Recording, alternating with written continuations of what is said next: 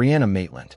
In this video, we delve into a chilling case that has lingered in a small town's memory for decades, a disappearance shrouded in mystery and unanswered questions.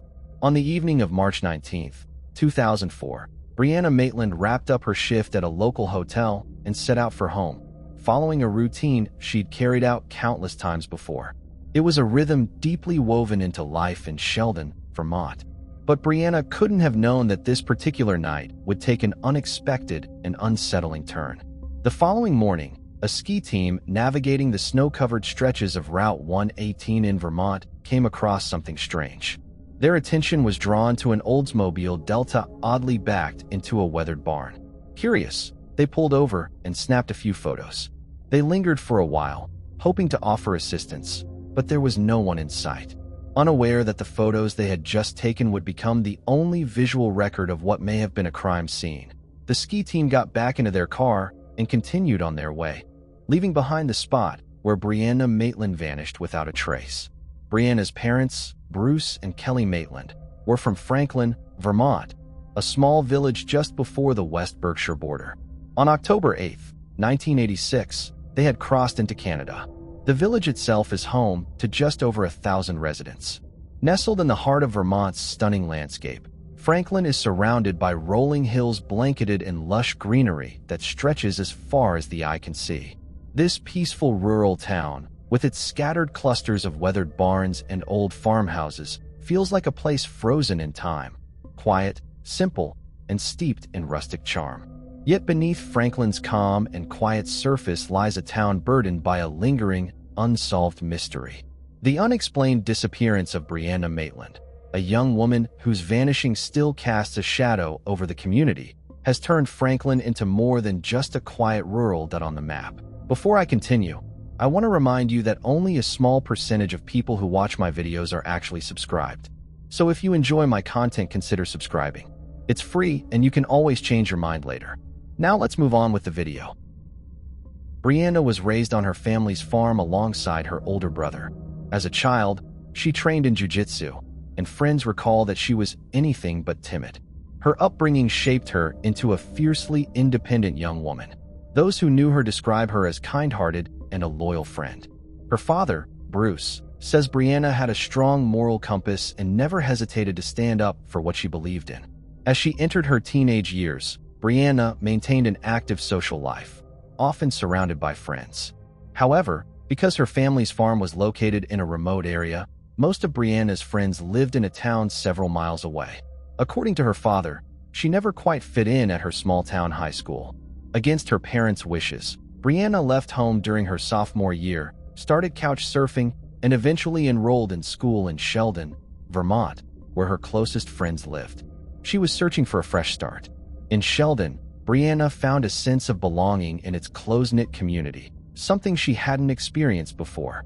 Determined to be independent, she got a job to support herself, earned her GED, and by March 2004, she had moved in with her longtime friend, Jillian Stout. On the night of March 19th, Brianna finished her shift as a dishwasher at the Black Lantern in around 11:30 p.m. She was excited about starting a second job in the coming days, hoping it would bring in some much-needed extra income. In the months leading up to her disappearance, Brianna was a vibrant and familiar face around Sheldon. Tall and slender, with long, flowing brown hair and a radiant smile, she naturally drew people in. Her beauty and warm presence made her stand out. When she wasn't working, Brianna enjoyed spending time with friends, attending local events, and exploring the scenic countryside nearby. Yet, in the background, things weren't entirely calm. Her disappearance was made more complex by reports of occasional disputes and tensions in the weeks beforehand. Despite these issues, Brianna remained hopeful and focused on her future. In small towns, teenage drama can escalate quickly, and it came as little surprise to many when Brianna was involved in a physical altercation with a girl named Keely Lacrosse just weeks before she went missing. Being talkative, loyal, and somewhat naive, I'm not entirely certain how to pronounce the other girl's name. Despite her background in martial arts, Brianna chose not to fight back against someone she had once considered a friend. While the exact cause of the altercation has been widely speculated, Brianna's father, Bruce, maintains that jealousy was the root issue. even though Brianna reportedly never laid a hand on the other girl. Photos taken after the fight show Brianna with 2 black eyes. During treatment, doctors also found she had suffered a concussion and a broken nose. Encouraged by friends and family, Brianna decided to press charges and went to the police. A hearing against Keeley was scheduled for April 9, 2004. But by that time, Brianna had already disappeared. Without her presence, the case was ultimately dismissed. On the morning of Friday, March 19th, Brianna successfully took and passed her GED. To celebrate the achievement, she went shopping and had lunch with her mother, Kelly. In an episode of the Trace Evidence podcast, Kelly recalls the day as being lighthearted and cheerful. However, during their outing, as they waited in line to make a purchase, Brianna suddenly glanced out the window toward the parking lot and abruptly told her mother she'd be right back, leaving Kelly waiting alone. After finishing her purchase, Kelly headed outside to the parking lot, where she found Brianna again. At that moment, Kelly says Brianna seemed visibly upset. When questioned, Brianna brushed it off, saying she just needed to get ready for work. Not wanting to push her further, Kelly accepted the explanation. Later, family members came forward with claims that Brianna had been confronted in the parking lot and warned not to show up to work that night. This warning sparked a wave of intense speculation among those closely following the case, with theories circulating about what might have happened that day. Still, given the upcoming court hearing, the motive behind the confrontation seems relatively straightforward. Kelly didn't press the issue and dropped Brianna off at the apartment she shared with Jillian, despite her daughter's sudden shift in mood. That would be the last time Kelly ever saw her. Later that chilly night, Brianna left a note for Jillian before heading to work, letting her know she'd be back afterward. But Brianna never returned. That evening, the Black Lantern Inn, where she worked, was bustling with guests, likely due to its proximity to Jay Peak, a popular destination for winter sports.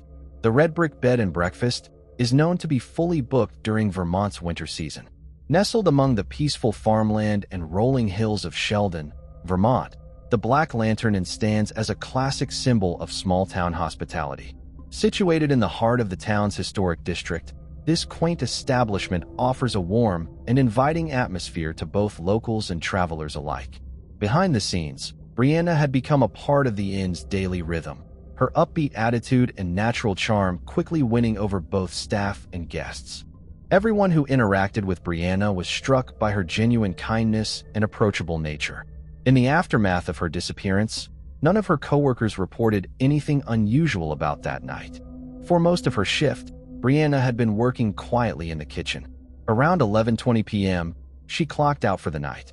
When invited to join her coworkers for a late dinner, she declined, explaining she was heading straight home. They watched as she walked to her car, got in, and drove off in the direction of her apartment. Investigators would later learn from drivers who were traveling along Route 105 between the inn and Brianna's apartment that they had passed the barn where her car was later found and witnessed her Oldsmobile backing into it while the taillights illuminated the dark night. Given that these reports were from approximately 11:30 p.m., if these drivers are trustworthy witnesses, this fact indicates that there was a 10-minute window for a catastrophic event to occur. Time and the untrustworthy impulses of memory have disguised the specifics of what happened in the hours that followed, leaving them cloaked in mystery. What is known is that shortly after 11:20 p.m. Brianna was last seen driving her 1985 Oldsmobile sedan out of the Black Lantern Inn. The breadcrumb trail that led into the darkness that engulfed her whole was the sighting that would later serve as the main focus of the investigation into her disappearance. On East Berkshire Road, not far from the Black Lantern Inn, police discovered Brianna's abandoned car pushed into the side of a rundown farmhouse the next morning. Police were quite perplexed by both the position and condition of Brianna's automobile at this point, because they had no reason to believe that she had disappeared. Its rear end was wedged securely against the building's wall, and its windscreen was broken. It served as a silent guardian for the enigma that had developed that night. The most fascinating aspect of this revelation, though, was that Brianna was not present. For days following her shift at the Black Lantern Inn on Tuesday, March 23rd, Jillian phones Kelly to inquire about Brianna's presence. Startled by this inquiry, Kelly informs Jillian that she last saw Brianna on Friday when she dropped her off to the condo where the girls shared a room. Jillian claims that after leaving for the weekend, she received a note from Brianna on Friday, and upon her return, everything was just as she had left it. Brianna had never returned home as far as she knew. Jillian chose to phone Kelly when she hadn't heard from Brianna for a few days. This indicates that before anyone started searching for Brianna, she was gone for 4 days. Startled by this phone call, Kelly makes many calls in an attempt to locate her daughter. Every call concludes with the caller informing Kelly that they haven't seen or spoken to Brianna in a number of days. With every phone conversation, Kelly's anxiety grows, and as she hangs up for the last time, she determines she must file a missing persons report for her daughter. Soon later, she and her spouse take a car to Vermont State Police headquarters to provide them information about their daughter, who has gone missing. They inform the cops that Brianna drives an older green Oldsmobile while they are at Albans Police Station. Police believe it is interesting. They then display a picture of a car that they took away. Just a few days earlier, after discovering it had collided with the side of an abandoned farmhouse to Kelly and Bruce. Bruce and Kelly realized 2 things during their encounter with the cops. Some may hold the police partially responsible for the delay in reporting Brianna missing because their daughter smashed her automobile and was away for a longer period of time than they first thought. To make matters worse, the police neglected to inform them about the car. Bruce and Kelly were informed by police that other drivers had called to report the car abandoned on the side of the road, prompting them to arrive on the spot. But what's truly intriguing about this case isn't just how Brianna apparently disappeared without leaving any trace, but also how similar this story is to another extremely well-known disappearance, Maura Murray. I wonder how it's conceivable that no warning signs were raised when Maura Murray vanished a few weeks ago, about 60 miles away. Most of us have probably heard about Maura Murray's disappearance by now. One of the most well-known true crime instances in recent memory is hers. Investigators had very few leads to follow after she disappeared without a trace as well. She is yet to be located to this day. One concern has been raised by many. Is it feasible that the small-town police's carelessness is the reason her case hasn't been resolved? The existence of what many regard as a red herring, a distracting or deceptive clue, was another strange connection between the instances. The crimson rag discovered in Maura's tailpipe was never fully explained. Why and by whom was it placed there? One lime wedge that was adhered to Brianna's car's trunk was found at the site. Although investigators initially dismissed this lime, many have since questioned who placed it there, and more crucially, why. The area around a nearby snow resort, which serves as the main source of income for the local people, was another connection to Maura's situation. Could it be that these instances were first categorized as runaways in order to avoid interfering with the local travel industry? Or is it just that dealing with a serious crime is largely beyond the capabilities of a tiny rural police force? A constable was dispatched to the location of Brianna's abandoned vehicle on March 20th, 2004. About 1 p.m. This deputy thought the vehicle had been abandoned following a drunk driving incident when they arrived. The car was discovered without keys and unlocked.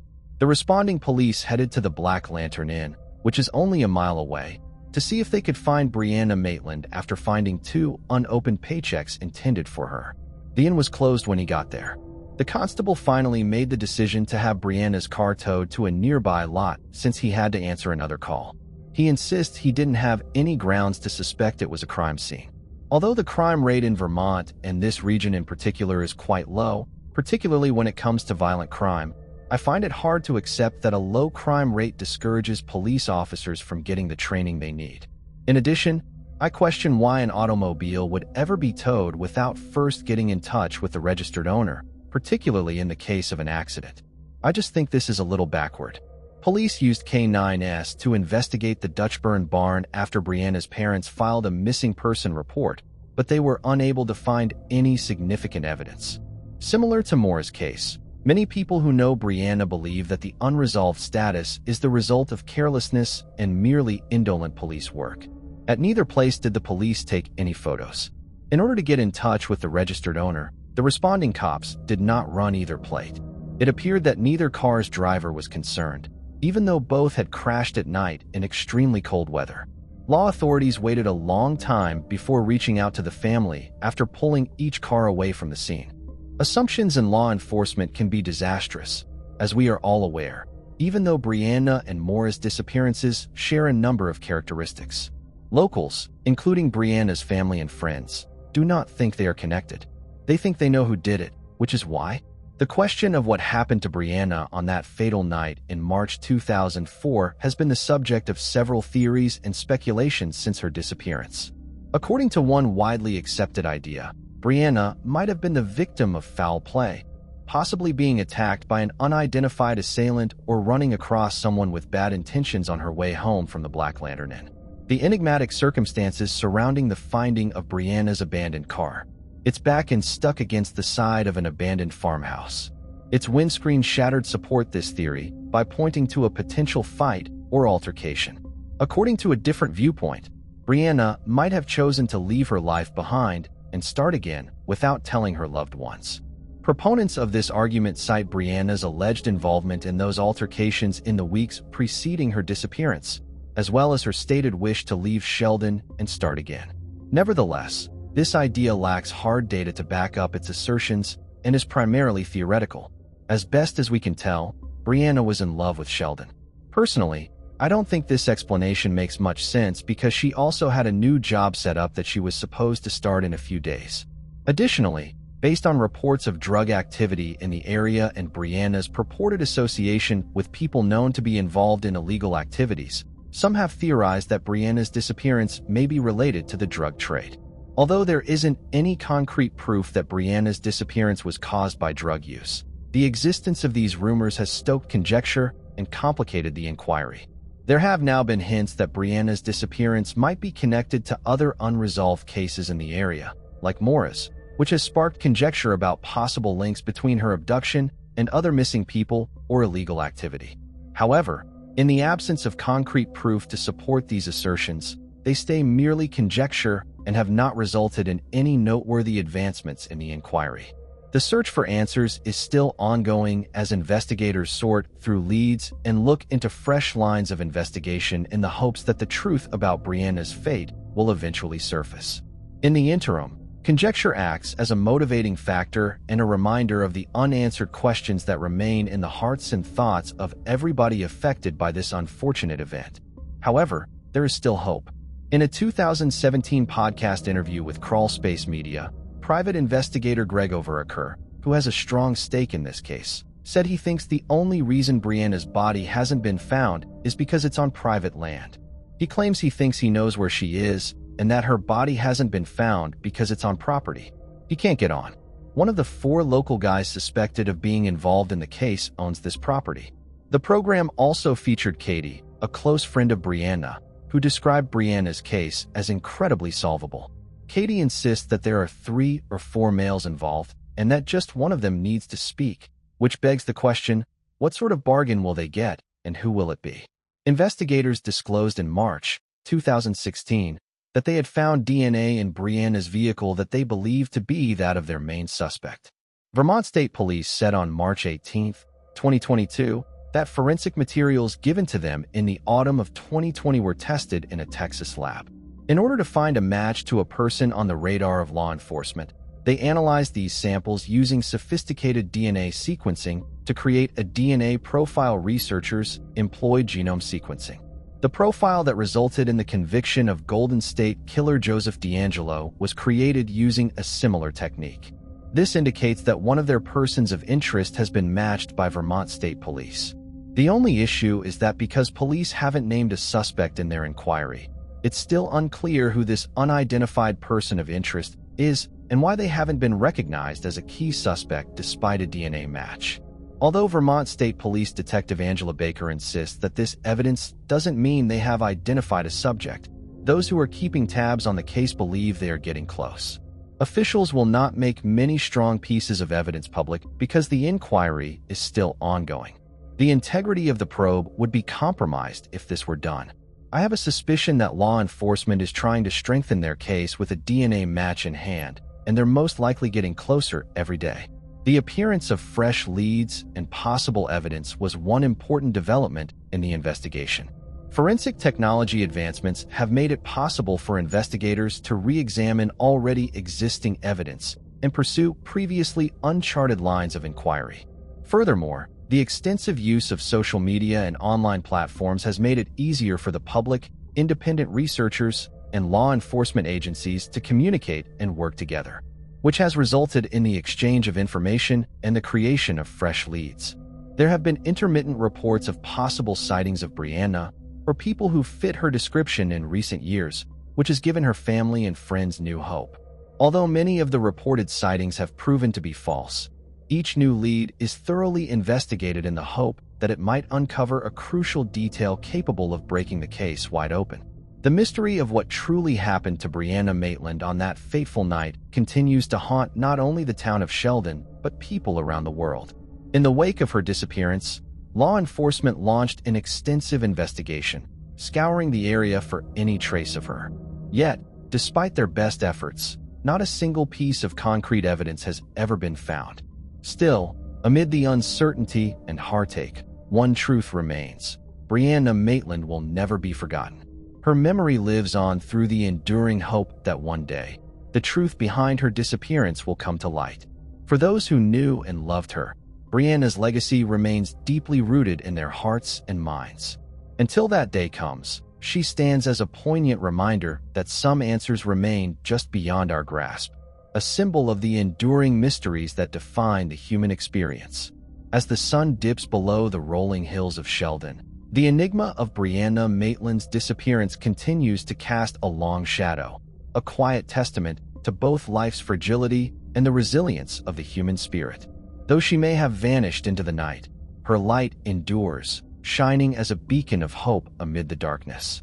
Moving on to the next case. Denise Dragon. The case involving Denise Dragon is a striking example of how reckless youthful intensity, obsessive jealousy, and involvement with illegal substances can spiral into tragedy, shattering 3 young lives in the process. The oldest person involved, and arguably the central figure responsible, was only 22 years old at the time. The 2 young women whose emotions he manipulated and whose lives he destabilized were just 17 and 19. Their brief love triangle quickly escalated into chaos, resulting in 2 pregnancies, obsessive stalking, and ultimately, a calculated and cold-blooded murder.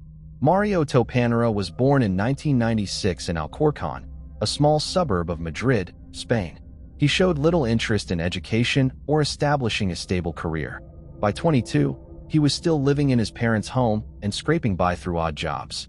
His true passion lay in graffiti art, which consumed most of his time and attention. Mario was a naturally gifted artist, but he never managed to turn that talent into a real career. Instead, he settled for occasional part-time jobs, mostly painting murals and walls both inside and outside buildings. His primary source of income, however, came from dealing in illegal substances. While he didn't sell them directly, he acted as a middleman, connecting interested buyers with a contact in a remote part of the city who could supply whatever was requested. Mario earned a solid commission on each deal, which gave him strong motivation to keep finding new clients. It's unclear whether his parents were aware of his activities, but if they did know, they clearly chose to ignore it. Mario stood out for his striking looks and confident personality. Among his peers, he was respected, and among women, he was especially popular.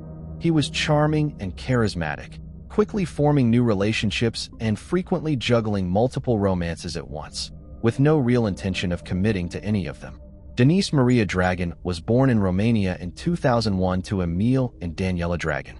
At the time of her birth, her parents were still quite young and struggling financially. Because of their difficult circumstances, they made the tough decision to move to Spain for work, leaving Denise in the care of her grandparents. Several years later, after successfully legalizing their status, securing stable jobs, and building a more settled life in Spain, her parents brought Denise to live with them in their new home under the Spanish sun. The transition was smooth for the young girl. She quickly adapted, made new friends, and picked up the language with ease. Academically, she excelled, consistently earning high marks across most of her subjects. From a young age, Denise developed a passion for dancing.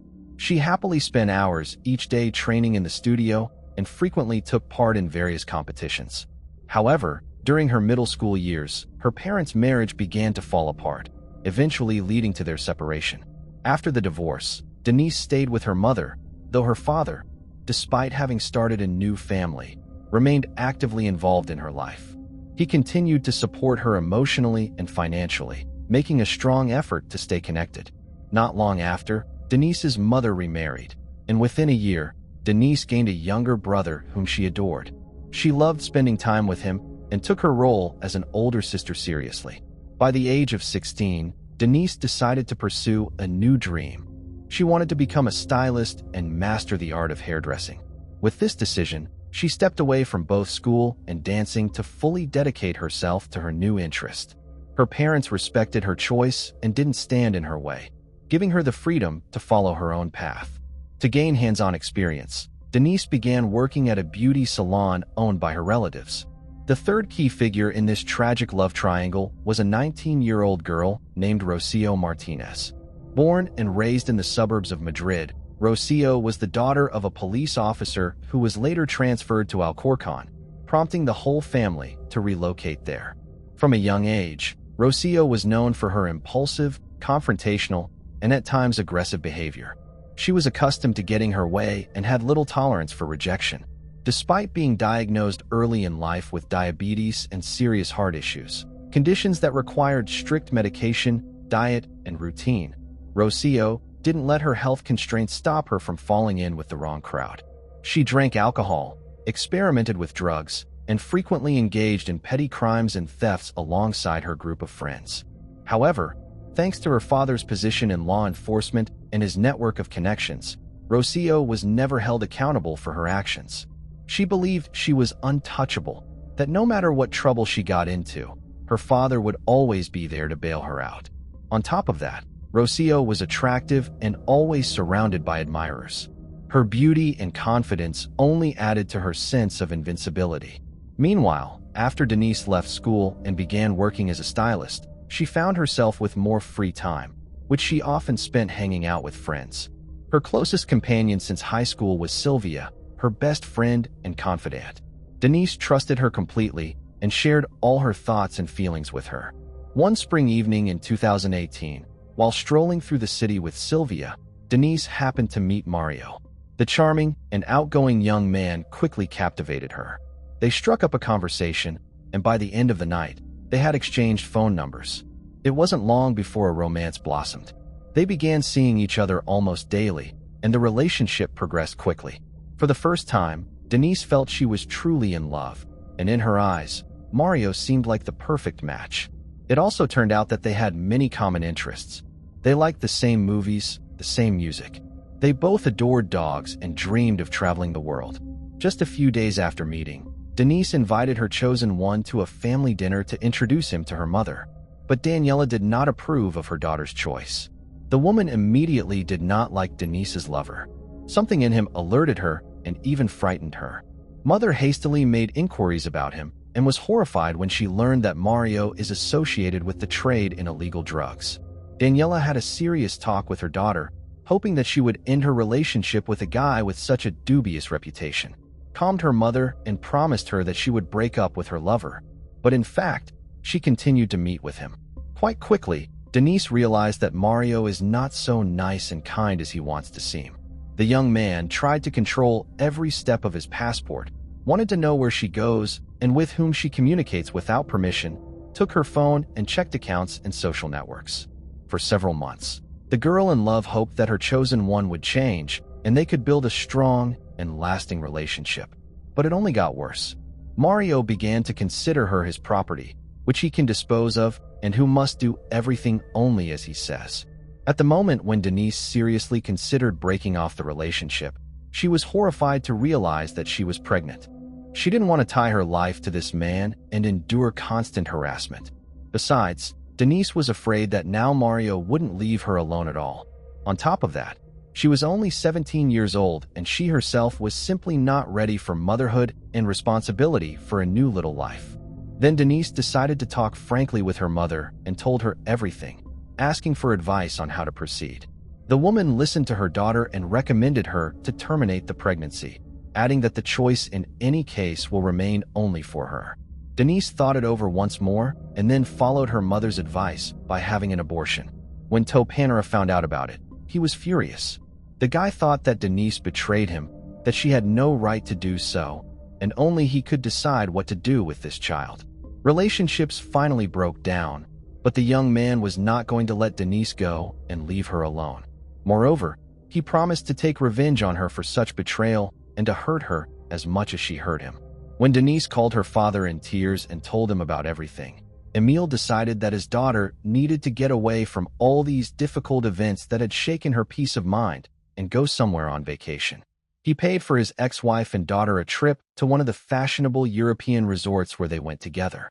The vacation really did Denise good. She calmed down a little, relaxed, began to make plans for life again, and seemed to no longer think about Mario. But the vacation was over, and Denise returned home again. Mario did not long pine for his former passport and almost immediately began an affair with 19-year-old Rocio Martinez. This fiery, aggressive, and conflicted girl was the complete opposite of the quiet and calm Denise. She could make a scandal in the same place, go into a fight, or throw a tantrum. Rocio also experimented with illegal substances and could easily break the law knowing that she would not be punished for. With Mario, they quickly got together and had fun together because the guy could get any illegal drug she asked for, wanting to test its effect on himself. However, Mario couldn't forget and let go of his ex-girlfriend. He still wanted to control her, to know where she was and what she was doing. Periodically, he wrote to her in social networks, called her, and even offered to resume the relationship. Denise, who had a very hard time with this breakup, met him from time to time and communicated with him. Was not going to reunite because of fear. When Martinez found out that her boyfriend was communicating with his ex, she made a terrible scandal and in a fit of rage screamed that she would kill them both. By that time, Mario had already realized what his chosen one was capable of, so he promised her that it would not happen again. However, Rocio's such an answer did not calm down, and she decided to destroy her rival, if not physically, then morally. Rocio began to call Denise, showering her with insults and wishing her a speedy death. But this was not enough, and she began to send messages to her rival with threats of violent reprisals. However, Dragon considered these threats to be empty words and did not consider it necessary to contact the police because of them. During that period, Rocio became pregnant, about which the first thing she wrote to her rival, saying that this child is desired and she will keep it. For Denise, this news was a painful blow. But soon Martinez, due to poor health and addiction to illegal substances, lost the child, and all her anger she again poured out in a new threatening message to Denise. Denise, eager to start a new life and soon forget about Mario, started an affair with a young man named Evan. The couple legalized their relationship just a month after meeting, and the young lady went to live in her husband's house. Apparently, Mario was hurt that his ex-girlfriend had married someone else so quickly. He started looking for meetings with her again, calling and texting her. In November 2018, when Mario and Rocio were having dinner at a small diner on the outskirts of the city, the guy went out for a while, leaving his phone on the table. Rocio, taking advantage of the moment, decided to check it out. There she came across the calls and messages Mario had been sending to Denise. Martinez immediately threw a tantrum. She screamed, cried, and tried to hit her young man. In response, Mario offered his girlfriend to personally clarify relations with Denise, to which she immediately agreed. He drove the furious Rocio to the new home of his former lover and pointed to the right door. Rocio got out of the car with a knife and went to the doorstep of her rival. At the time, Evan had not yet returned from work and his young wife was home alone, talking on the phone with her friend Sylvia. When she heard a knock on the door, she assumed it was her husband, and simply opened the door without looking through the peephole. Denise was still talking to her friend, so she could hear everything that happened next. When Denise saw her ex-lover's friend on the doorstep, she only had time to say her name in surprise and loudly before she was stabbed in the stomach. After that, Rocio immediately left, and the wounded Denise, losing consciousness, asked her friend to call an ambulance and told her who attacked her. Dragon was taken to the hospital in critical condition.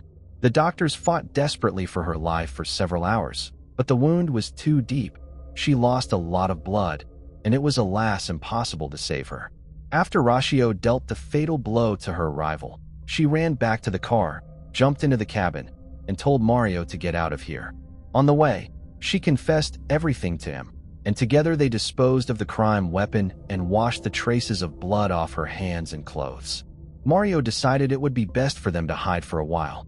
He called his relatives who lived in another city and asked them to visit. When they arrived, the relatives noticed that Ratio looked strange and was very nervous, but she wrote it off as malaise. The couple stayed overnight at Mario's relative's house, thinking about what to do and how to proceed. When they learned the next morning that Denise had died from the wound, Ratio immediately called her father and told him everything. She was sure that her dad would use all his connections to save her from jail.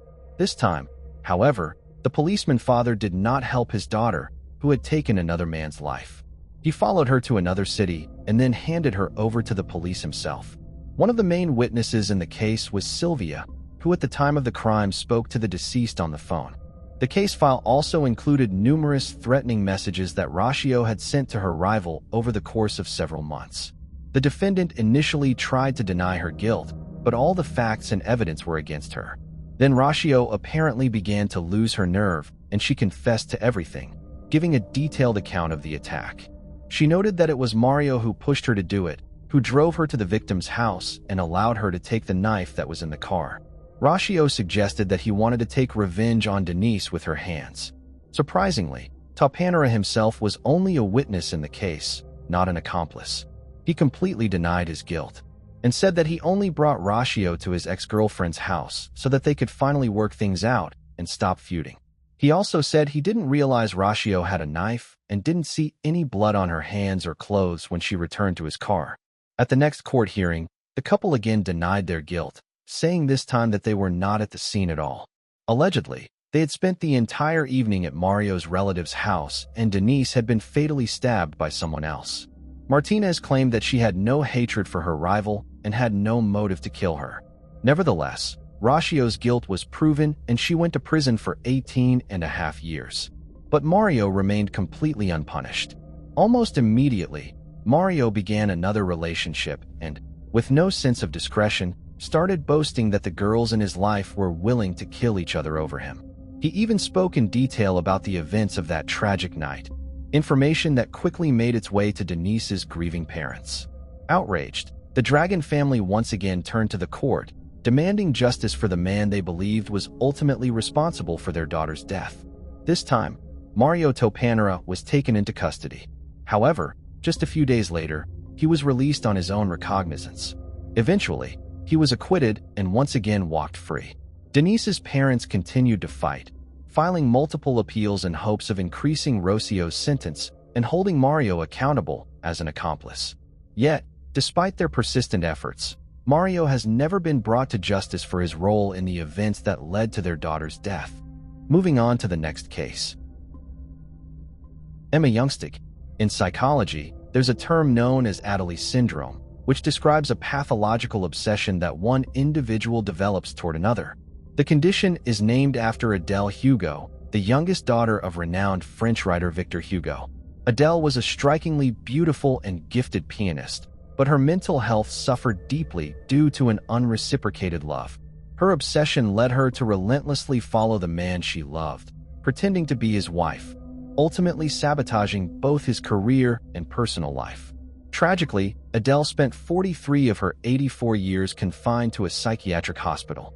This kind of overwhelming fixation, where someone becomes so emotionally consumed by another person that they lose control over their own feelings, is not uncommon.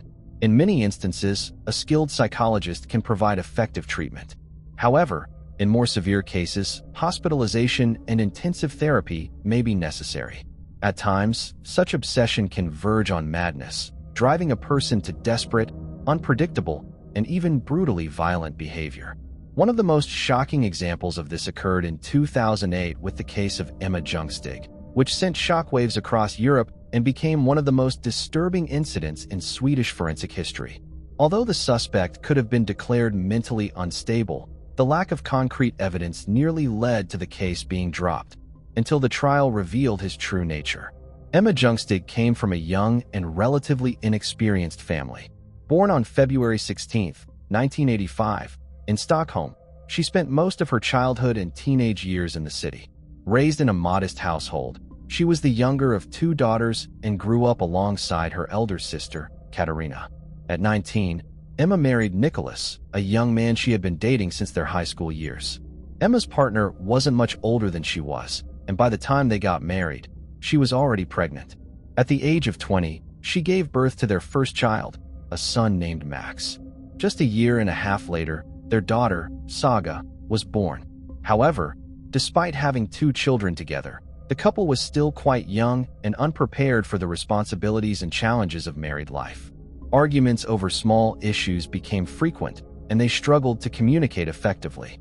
Shortly after Saga's birth, they made the difficult decision to separate. The issue of child custody soon followed, becoming a deeply emotional and contentious battle. Nicholas was determined not only to provide financial support, but also to play an active role in raising and being present in the lives of his children. Emma didn't oppose Nicholas being involved in the children's lives, but things changed when she entered a new romantic relationship.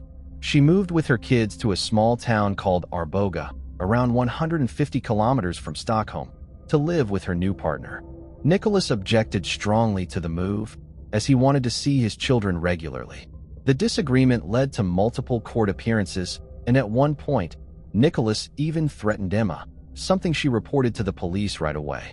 The conflict between them only escalated, and both parents eventually sought full custody. Emma had met her new partner, Torgny Hellberg, online.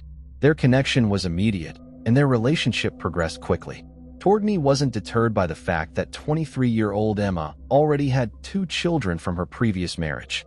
In fact, he had always wanted a family and was willing to embrace the children as his own. The couple initially settled into a small house that Torgny had inherited. However, when they decided to get married, they moved into a larger home where they could live more comfortably, one where each child would have their own cozy room. At the time, Torgny held a stable job with a good income, while Emma focused on raising the children and managing the household. Although trained as a designer, Emma planned to return to work in her field once the kids were older. The couple intended to have their wedding in the summer of 2008, but those plans would never come to pass. March 17, 2008 began like any other Monday. Torgny left for work early in the morning, and Emma stayed at home with 3-year-old Max and 1.5-year-old Saga. That evening, she was in the kitchen preparing dinner, awaiting her fiancé's return, unaware of the horror that was about to unfold. While preparing dinner, Emma was also chatting online with her sister, Katarina. They were discussing ideas for a gift for their parents' upcoming wedding anniversary. Around 6:30 p.m., Emma received a call from Torgny, letting her know he was running late from work and suggesting she go ahead with dinner without him. After the brief call, Emma resumed her evening routine, feeding the children and returning to the computer to continue her conversation with Katarina. At exactly 7:07 p.m., their chat suddenly stopped mid-sentence. Katarina found this unusual. She could see that Emma was in the middle of typing a message, but it was never sent. Growing concerned, she tried calling Emma a few minutes later, but there was no answer. Alarmed, she then called Torgny to find out what might have happened. Torgny was already on his way home when Katarina called, and he reassured her that everything was probably fine. He assumed Emma had just gotten busy with the kids and would get back to her shortly. But when he arrived at the house, he was immediately unsettled to find the front door unlocked. Stepping inside, he noticed the place was in disarray. At first, he assumed the mess was from the children playing, but then he saw dark stains on the floor. With a jolt of horror, he realized it was blood. Panicked, Hellberg began calling out for Emma and the children, but the house remained eerily silent. In the hallway, he spotted something on the floor that at first appeared to be a doll, lying in an unnatural position. But as he moved closer, he was struck with a horrifying truth. It was little Saga, lying in a pool of blood. Her head and face had been so violently injured that they were no longer recognizable. Not far from her, he found Max, also brutally attacked, with a crushed skull. The scene was devastating. Emma was also found lying on the floor, soaked in blood and twisted into an unnatural position. Her face had been severely damaged and was barely recognizable. At first glance, it appeared that none of them had survived. In shock, Torgny pulled out his phone with trembling hands and called emergency services to report the horrific scene. Just then, Emma let out a sudden, haunting groan. She was still alive. Police and paramedics arrived swiftly and found faint pulses in all 3 victims. They immediately began life-saving procedures. The scene was nightmarish. No one could comprehend what kind of monster was capable of such brutality against a mother and her two small children. But in that moment, saving lives took precedence over everything else. Emergency responders rushed the victims to the nearest hospital, while investigators prepared to begin unraveling the horror that had just unfolded. From the very beginning, the paramedics had serious doubts about whether the victims would even survive the journey to the hospital.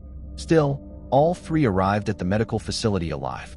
They had each suffered open head wounds, massive brain trauma, and severe blood loss. Doctors refrained from making any predictions, but did everything in their power to save them. Max and Saga were in extremely critical condition.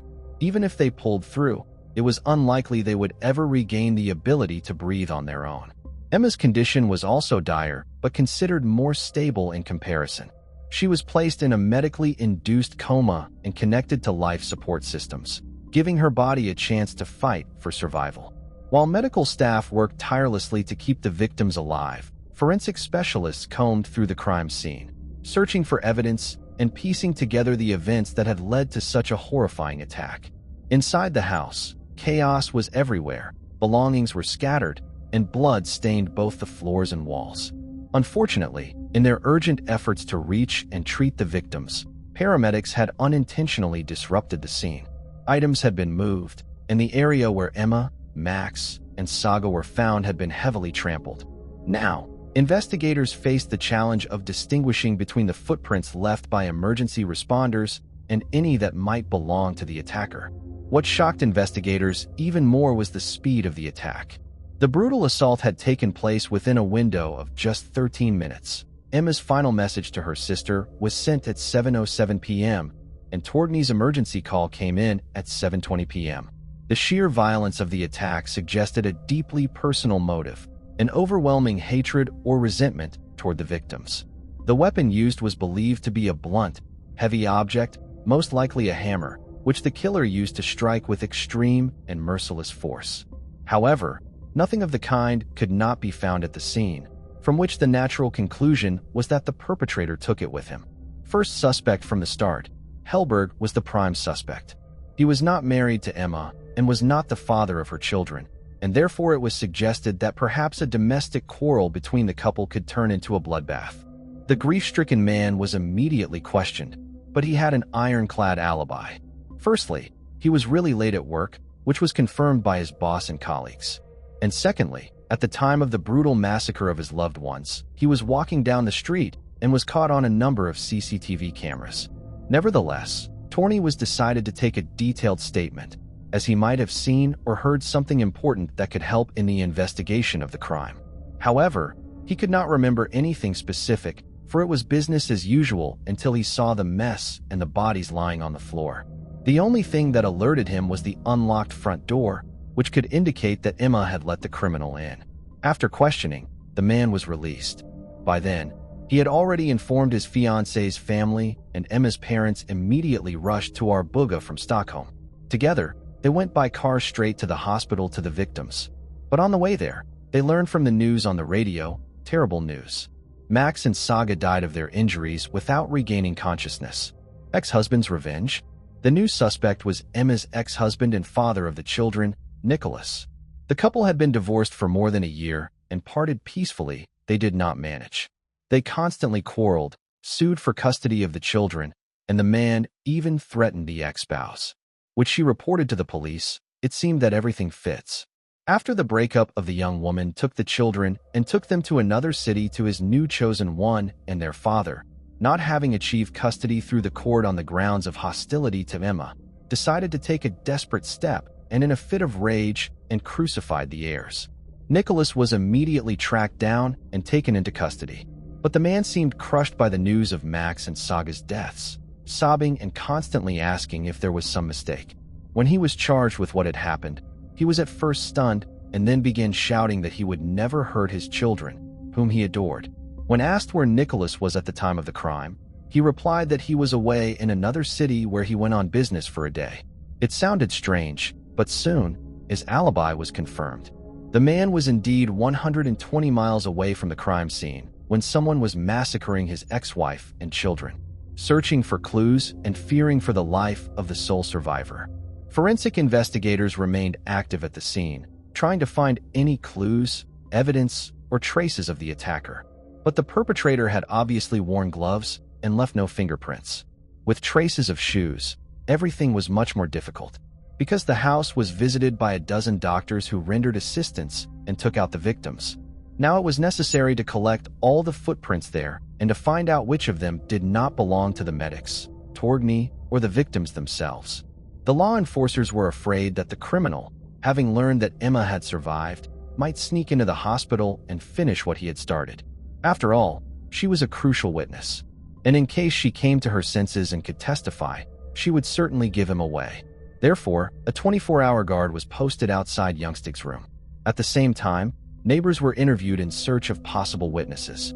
One woman recalled that at around 5:00 in the evening, a stranger in black clothes was walking around Emma and Torgny's house.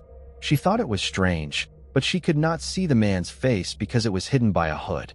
However, the neighbor suggested that it could be a girl because the figure was short and fragile. The same figure in black clothes and with a hood on his head also got into the lens of the street surveillance camera located on the store.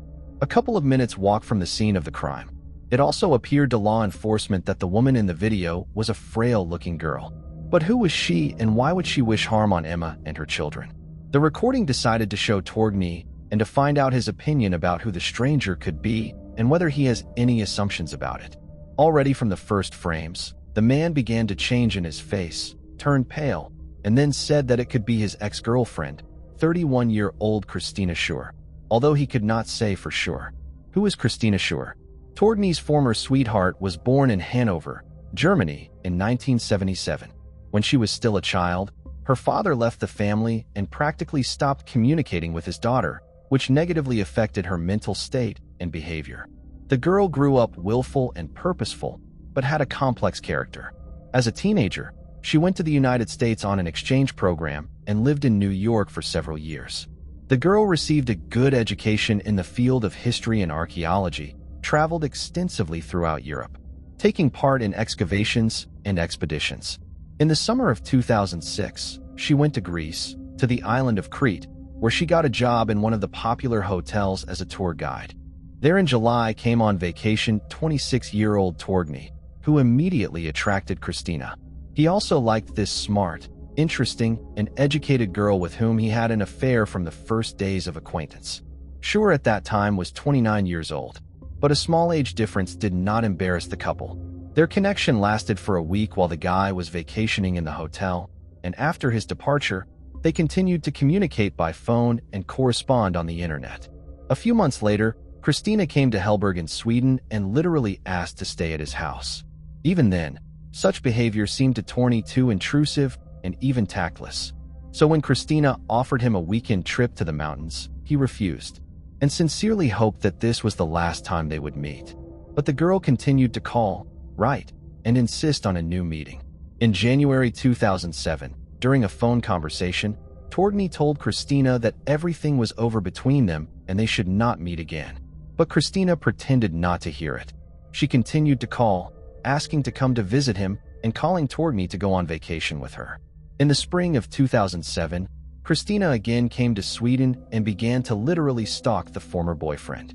She persuaded him to resume their relationship, although he honestly admitted that he is already dating another. Then Christina said that during the previous visit, forgot in his house something of the things, and she needs to take them away. Torgny agreed, but as soon as they crossed the threshold, the former lover tried to seduce him, and having received a firm refusal, said that he will still regret. 3 months later, Christina returned again and began to apologize for her behavior, again persuading the guy to get together. But he rejected her, and in the evening, she called, saying that she swallowed pills because she does not want to live without him. Hellberg called her an ambulance and also called her family, telling them about Christina's antics, and advising them to see a psychiatrist. After Schur received the necessary care at the hospital, her mother took her away and placed her in a psychiatric hospital where she spent more than a month. However, the treatment did not give much results and the girl remained literally obsessed with her former lover, constantly thinking about how to get him back and inventing new reasons for meetings. In October 2007, Christina decided to move to Sweden. and settled in the suburbs of Stockholm, where she rented an apartment with another girl. She started to pursue her ex-boyfriend again, and when she got to meet him, she told him that she had given birth to a son by him, but gave the child to a foster family. Torney was shocked by this news, but what he was most interested in was when it had happened. The last time they had been intimate was more than a year ago, and after that, they had met 3 more times at different times. But Christine had shown no signs of pregnancy. She herself answered evasively and each time added some new details. In January 2008, after a dozen unsuccessful attempts to meet with Torney, Christina wrote him a message in which she told him that their son had been diagnosed with a certain hereditary disease and now they should go to Germany together to see him. She also added that the child's adoptive father would contact him and give him the details. At this time, she and Emma were in the process of moving to a new home, and the girlfriend was aware of the whole story. She believed that Tony's ex-girlfriend was simply trying to lure him to Germany, and no son had ever existed. When Tony received a call from a man who introduced himself as the adoptive father of her and Christine's child, Tony, on Emma's advice, began to ask questions about when the boy was born, in which hospital it happened, and so on. The interlocutor was clearly annoyed, avoided answering in every possible way, and then, and after all, hung up the phone. So Helberg finally came to the conclusion that no son never existed. Christine made up the whole story and asked someone from the acquaintances to play along. Christina's arrest and the search for evidence. After learning such a convoluted story, detectives quickly found out where the new suspect lived and went to the address. The door was opened by her roommate, who told them that Christina had hurriedly packed her things the day before and said that she was going back to Germany. A check showed that the girl had indeed left the country. So now the Swedish police had to seek help from their German colleagues to arrest her. On March 20th, a warrant was issued for her arrest. When the suspect was arrested, she claimed that there had been a mistake and that she had nothing to do with the massacre. But after she was taken to Sweden on March 29th, she immediately requested a meeting with Torney, which was denied. She was completely calm, but periodically asked to meet or call her ex again. Christina's rented apartment was thoroughly searched and her phone and laptop were seized for inspection. All her clothes were thoroughly checked, but no traces of blood were found there. By then, investigators had worked out which of the bloody shoe prints at the scene did not belong to the medics and family members, so it was determined to be athletic. And from the tread pattern, they even figured out the brand and appearance. The size matched the one worn by the suspect, but she herself claimed that she never had such a model of sneakers. However, this statement was quickly refuted, as the shoes were identified by her roommate. Much more interesting findings awaited detectives in Christina's laptop. It was full of photos of Torgny, both their joint and those where the man was depicted alone or in the company of his new lover. Also in a separate folder with a very unpleasant signature contained pictures of Emma and her children, which the suspect copied from the rival's page in the social network. Schur captioned each photo with insulting, threatening, and downright scary captions. In the recovered search history were found requests on how to commit a murder without leaving traces, how to hide traces of the crime, and how to divert suspicion from himself. Also in the notes, investigators found a plan of Emma and Torney's new home and notes that indicated when the man left for work and what time he returned, and some other notes regarding the family's daily routine. Interview with survivor. Emma's condition was stabilized, her vitals gradually began to improve, and towards the end of March, doctors decided to gradually bring her out of the medically induced coma. Upon awakening, she was still unable to speak because of the breathing tube, but her gaze was meaningful. It was clear that she recognized the relatives present in the room, but did not understand what had happened to her and how she had ended up in the hospital. As soon as the victim became a little stronger and was able to speak clearly, the police agreed to talk to her, but decided not to tell her what had happened to the children. And then it turned out that Emma had no memory of the events of that fateful day and believed that she must have been in a car accident. She kept asking about the children and whether they were all right. At first, she was given evasive answers, but then her family and medical team decided that there was no point in withholding such information. When Emma was told about what had happened and that her babies were no longer alive, she became hysterical. The doctors had to sedate her, after which she fell asleep. And when she woke up, she did not remember the conversation and asked about the children again. This continued for several weeks, and during this time, the mother was told several times about the death of her daughter and son, but her brain apparently refused to accept this information, each time erasing it. After another month, Emma, accompanied by medics, decided to be brought to the scene. Once inside the house, she suddenly remembered everything. The young woman told how she was texting with her sister, setting the table, and the children were playing near her when there was a knock on the door. She opened the door and saw a dark, short female figure on the threshold, but when she asked what she wanted, she felt a sharp pain and her eyes went black. The figure skulked into the house, and the desperate mother, out of her last strength, tried to catch up with her to protect her children, but apparently fell in the hallway where they tried to finish her off. The trial and the verdict. Christina continued to stubbornly deny her guilt. The weapon of the crime was never found, and almost all the evidence found was circumstantial, which gave her a high chance of getting away with it. However, Christina's roommate, when questioned, said that in March a hammer was missing from her toolkit. She produced the toolkit itself, and the investigation determined that the size and configuration of that brand of tool matched the murder weapon. But that evidence was also circumstantial. Detectives were able to find surveillance footage from a suburban bus station where Schurer had traveled 3 times in the week before the crime. She herself could not explain why she visited Arbuga so often, but apparently the girl came to keep an eye on her future victims. The suspect was also unable to provide any explanation for why she had searched online for ways to cover up a crime or why she had been collecting photographs of Emma and her children. On July 29, 2008, the trial began for Christina, who faced charges of double murder with exceptional cruelty, along with attempted murder. Her behavior during the proceedings was nothing short of bizarre. As she entered the courtroom, Christina smiled and waved at those in attendance, as if greeting friends. When questioned about the brutal attack and shown disturbing images of the crime scene, including the mutilated victims, she suddenly burst into laughter. While this reaction suggested possible insanity, a thorough psychiatric evaluation determined that she was mentally competent and fully aware of her actions. It became clear that she had taken pleasure in the violence and made no effort to conceal her lack of remorse. When Emma entered the courtroom and saw Christina, she immediately fainted.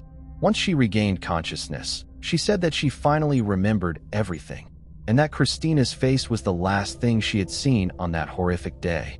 Despite the defense attorney's efforts to argue Christina's innocence, the jury unanimously found her guilty on all charges. She was sentenced to life imprisonment without the possibility of parole and was ordered to pay 20,000 euros in compensation to Emma. Investigators found no evidence that Christina had ever been pregnant or had given birth to a child with Torgny. As for Emma, her road to recovery was long and difficult, but Torgny stood by her side throughout. The couple eventually married in the summer of 2010.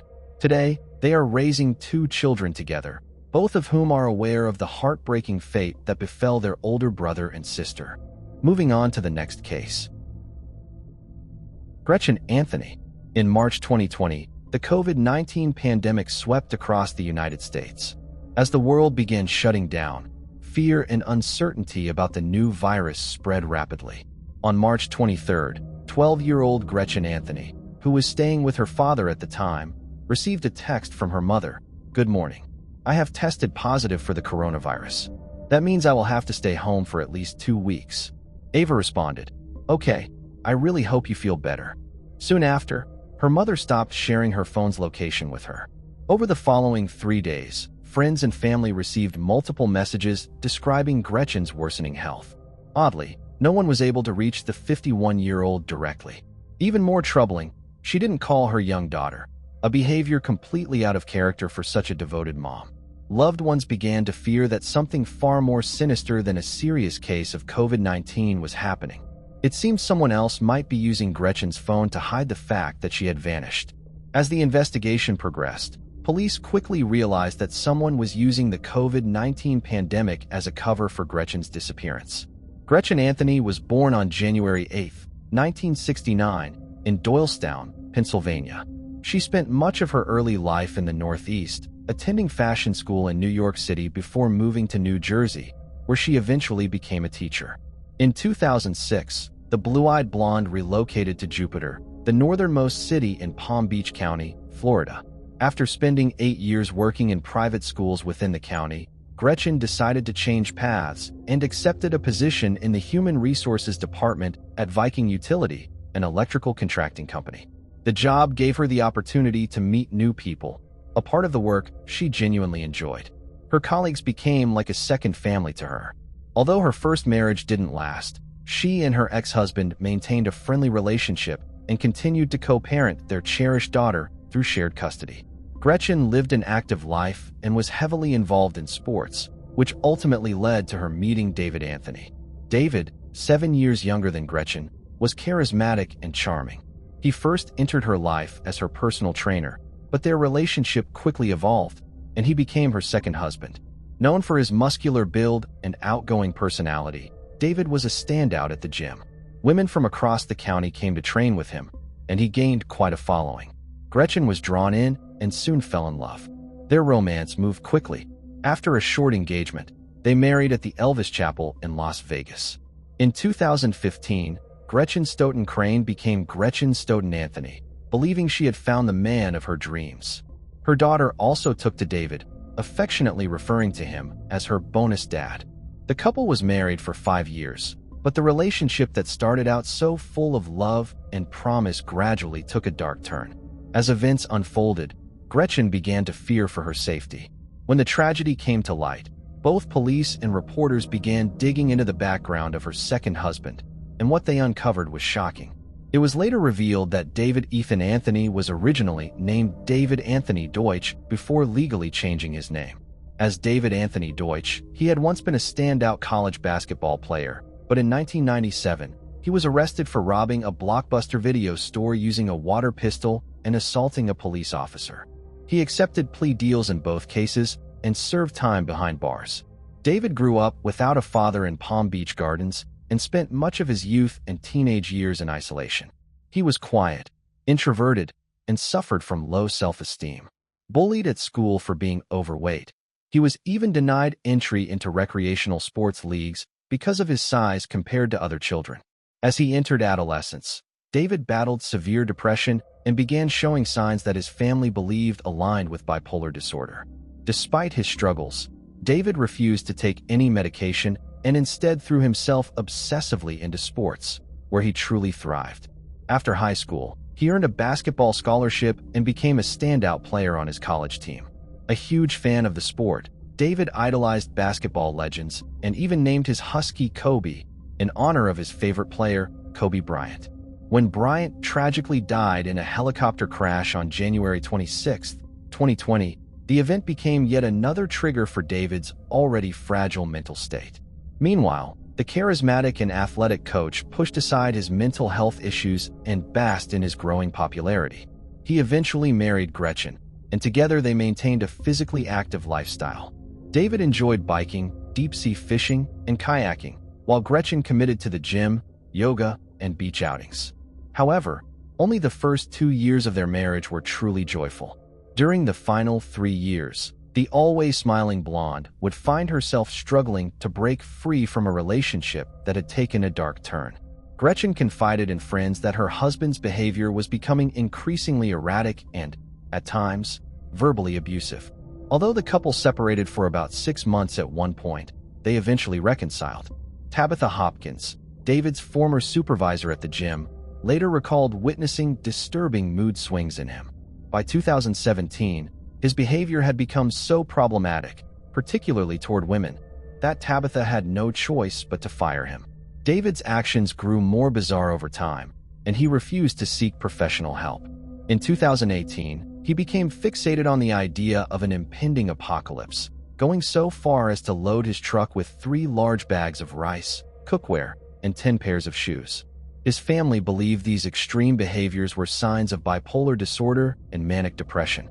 While he did have moments where he tried to improve, those brief periods of clarity were always followed by darker, more troubling episodes. David eventually convinced Tabitha Hopkins to rehire him by claiming he was working on himself and attending self-improvement seminars. Tabitha, moved by his efforts and knowing how effective he was as a trainer, decided to give him another chance. Clients were thrilled with David's return, His charm and skill hadn't faded. However, as his mental health issues remained untreated, his condition continued to deteriorate. Gretchen became increasingly aware of the problem and opened up to friends about her concerns. She admitted that, at times, she would lock herself in their bedroom just to put some space between them. "I noticed this crazy look in his eyes," she once texted a friend named Don one morning in late December. David's behavior was becoming more intense, and Gretchen was unsure of what he might do. "I'm watching him on the cameras and waiting for him to go to bed," she wrote in another message one evening, clearly living in fear inside her own home. "Then I'll go downstairs, get a knife, and put it under my pillow, just in case, and hopefully sleep." That same year, on Christmas Eve, Gretchen couldn't find her personal belongings. She searched the house, looked in David's backpack, and found her wedding ring, passport, driver's license, credit cards, and some money. The incident so disturbed Gretchen that she texted Don, her boss and friend, that she was afraid of her own husband. By the end of the month, Gretchen made the decision to end the tumultuous relationship. In December 2019, she forced David to move out of the townhouse to her mother's house, who lived nearby, and changed the locks. It was during this time that David's colleagues noticed a gradual change in his behavior. Most of the time, the trainer was one of the first to arrive at the gym. But after the events in the family, he began to come later and later, seemed more and more withdrawn and sullen. On January 26th, Kobe Bryant, David's idol, dies. When Kobe Bryant passed away, something happened, Tabitha recalls. "You'd think David and Kobe Bryant were best friends. He was traumatized by it." In the days that followed, David was hysterical, crying and wailing in front of the fitness club groups he led and refusing to go home. Despite his emotionally fragile state, David took an active role in a controversial self-improvement program called Gratitude Training, which critics likened to a cult. He spent thousands of dollars on seminars, but refused to tell his family what he was doing during the sessions. David's behavior regressed. On February 24th, he failed to show up for work. When Tabitha tried to find out if he was okay, he attacked her, and the supervisor made the decision to terminate the employee permanently. This time, Tabitha caught a glimpse of David's frightening rage and was truly frightened. Hopkins texted Gretchen about the incident and asked her to be careful. "That's the last time I talked to Gretchen," she would later say. 4 days later, on February 28th, 2020, just weeks before her disappearance, Gretchen files for divorce. David's stability is rapidly going downhill, and he is becoming increasingly hostile. On March 7th, the woman David had begun dating booked a seat at an unusual art class. They were to drink wine and draw pictures under the guidance of the instructor. However, the evening did not go according to plan. When David wished to hug his companion during the class, and she rejected the attempt, he jumped up, yelled at her in the middle of the class, and ran outside. David's behavior frightened the young woman, and she decided not to continue the interaction, telling him that he could not stay with her tonight. When they got to the house where David had left his truck, it became clear that David had different ideas about the matter. David, whom she'd only known for a month, had decided to move in with her. Duffel bags filled with men's clothes were spread out on her bed and dining room table, and food from his mother's house was stashed in the freezer. Kobe, David's husky, was running around in the backyard. David left only after a new friend called her neighborhood security company.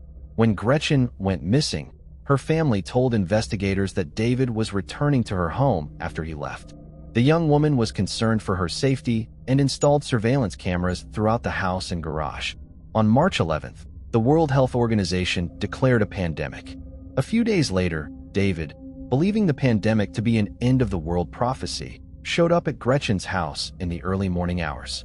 He believed the world was coming to an end, and walked around the windows trying to convince his almost ex-wife to go with him to Costa Rica, where he thought they could escape the virus. After a few hours, Gretchen relented and allowed David into the house. That evening, a patrolling police officer noticed David, visibly nervous and sweaty, strutting around outside a Riviera Beach restaurant and at one point approaching a group of teenage girls. The officer noticed David's license plate, partially covered with black duct tape, and headed toward him. David claimed that his 12-year-old stepdaughter had taped the license plate and began to act even more nervous. The man ignored the police officer's orders not to move, yanked open the door of his truck, and began searching for something under the seat. Fearing what would happen next, the officer pointed a gun at David and ordered him to the ground. When the officers looked under the driver's seat where David was trying to reach, they found a large knife. David was arrested for resisting arrest, but posted bail a few days later and was released. The pandemic was gaining momentum. In the early 20s of March, some states began banning people from leaving their homes. Gretchen, like everyone else, was trying to figure out how to live in the new realities. She shared informational videos about the virus and how to stay safe, posting memes and jokes mocking the absurdity of the new normal. On Thursday, March 19th, she posted a quote from a meditation blog. "When there is chaos around you, the wisest choice is to create peace within yourself."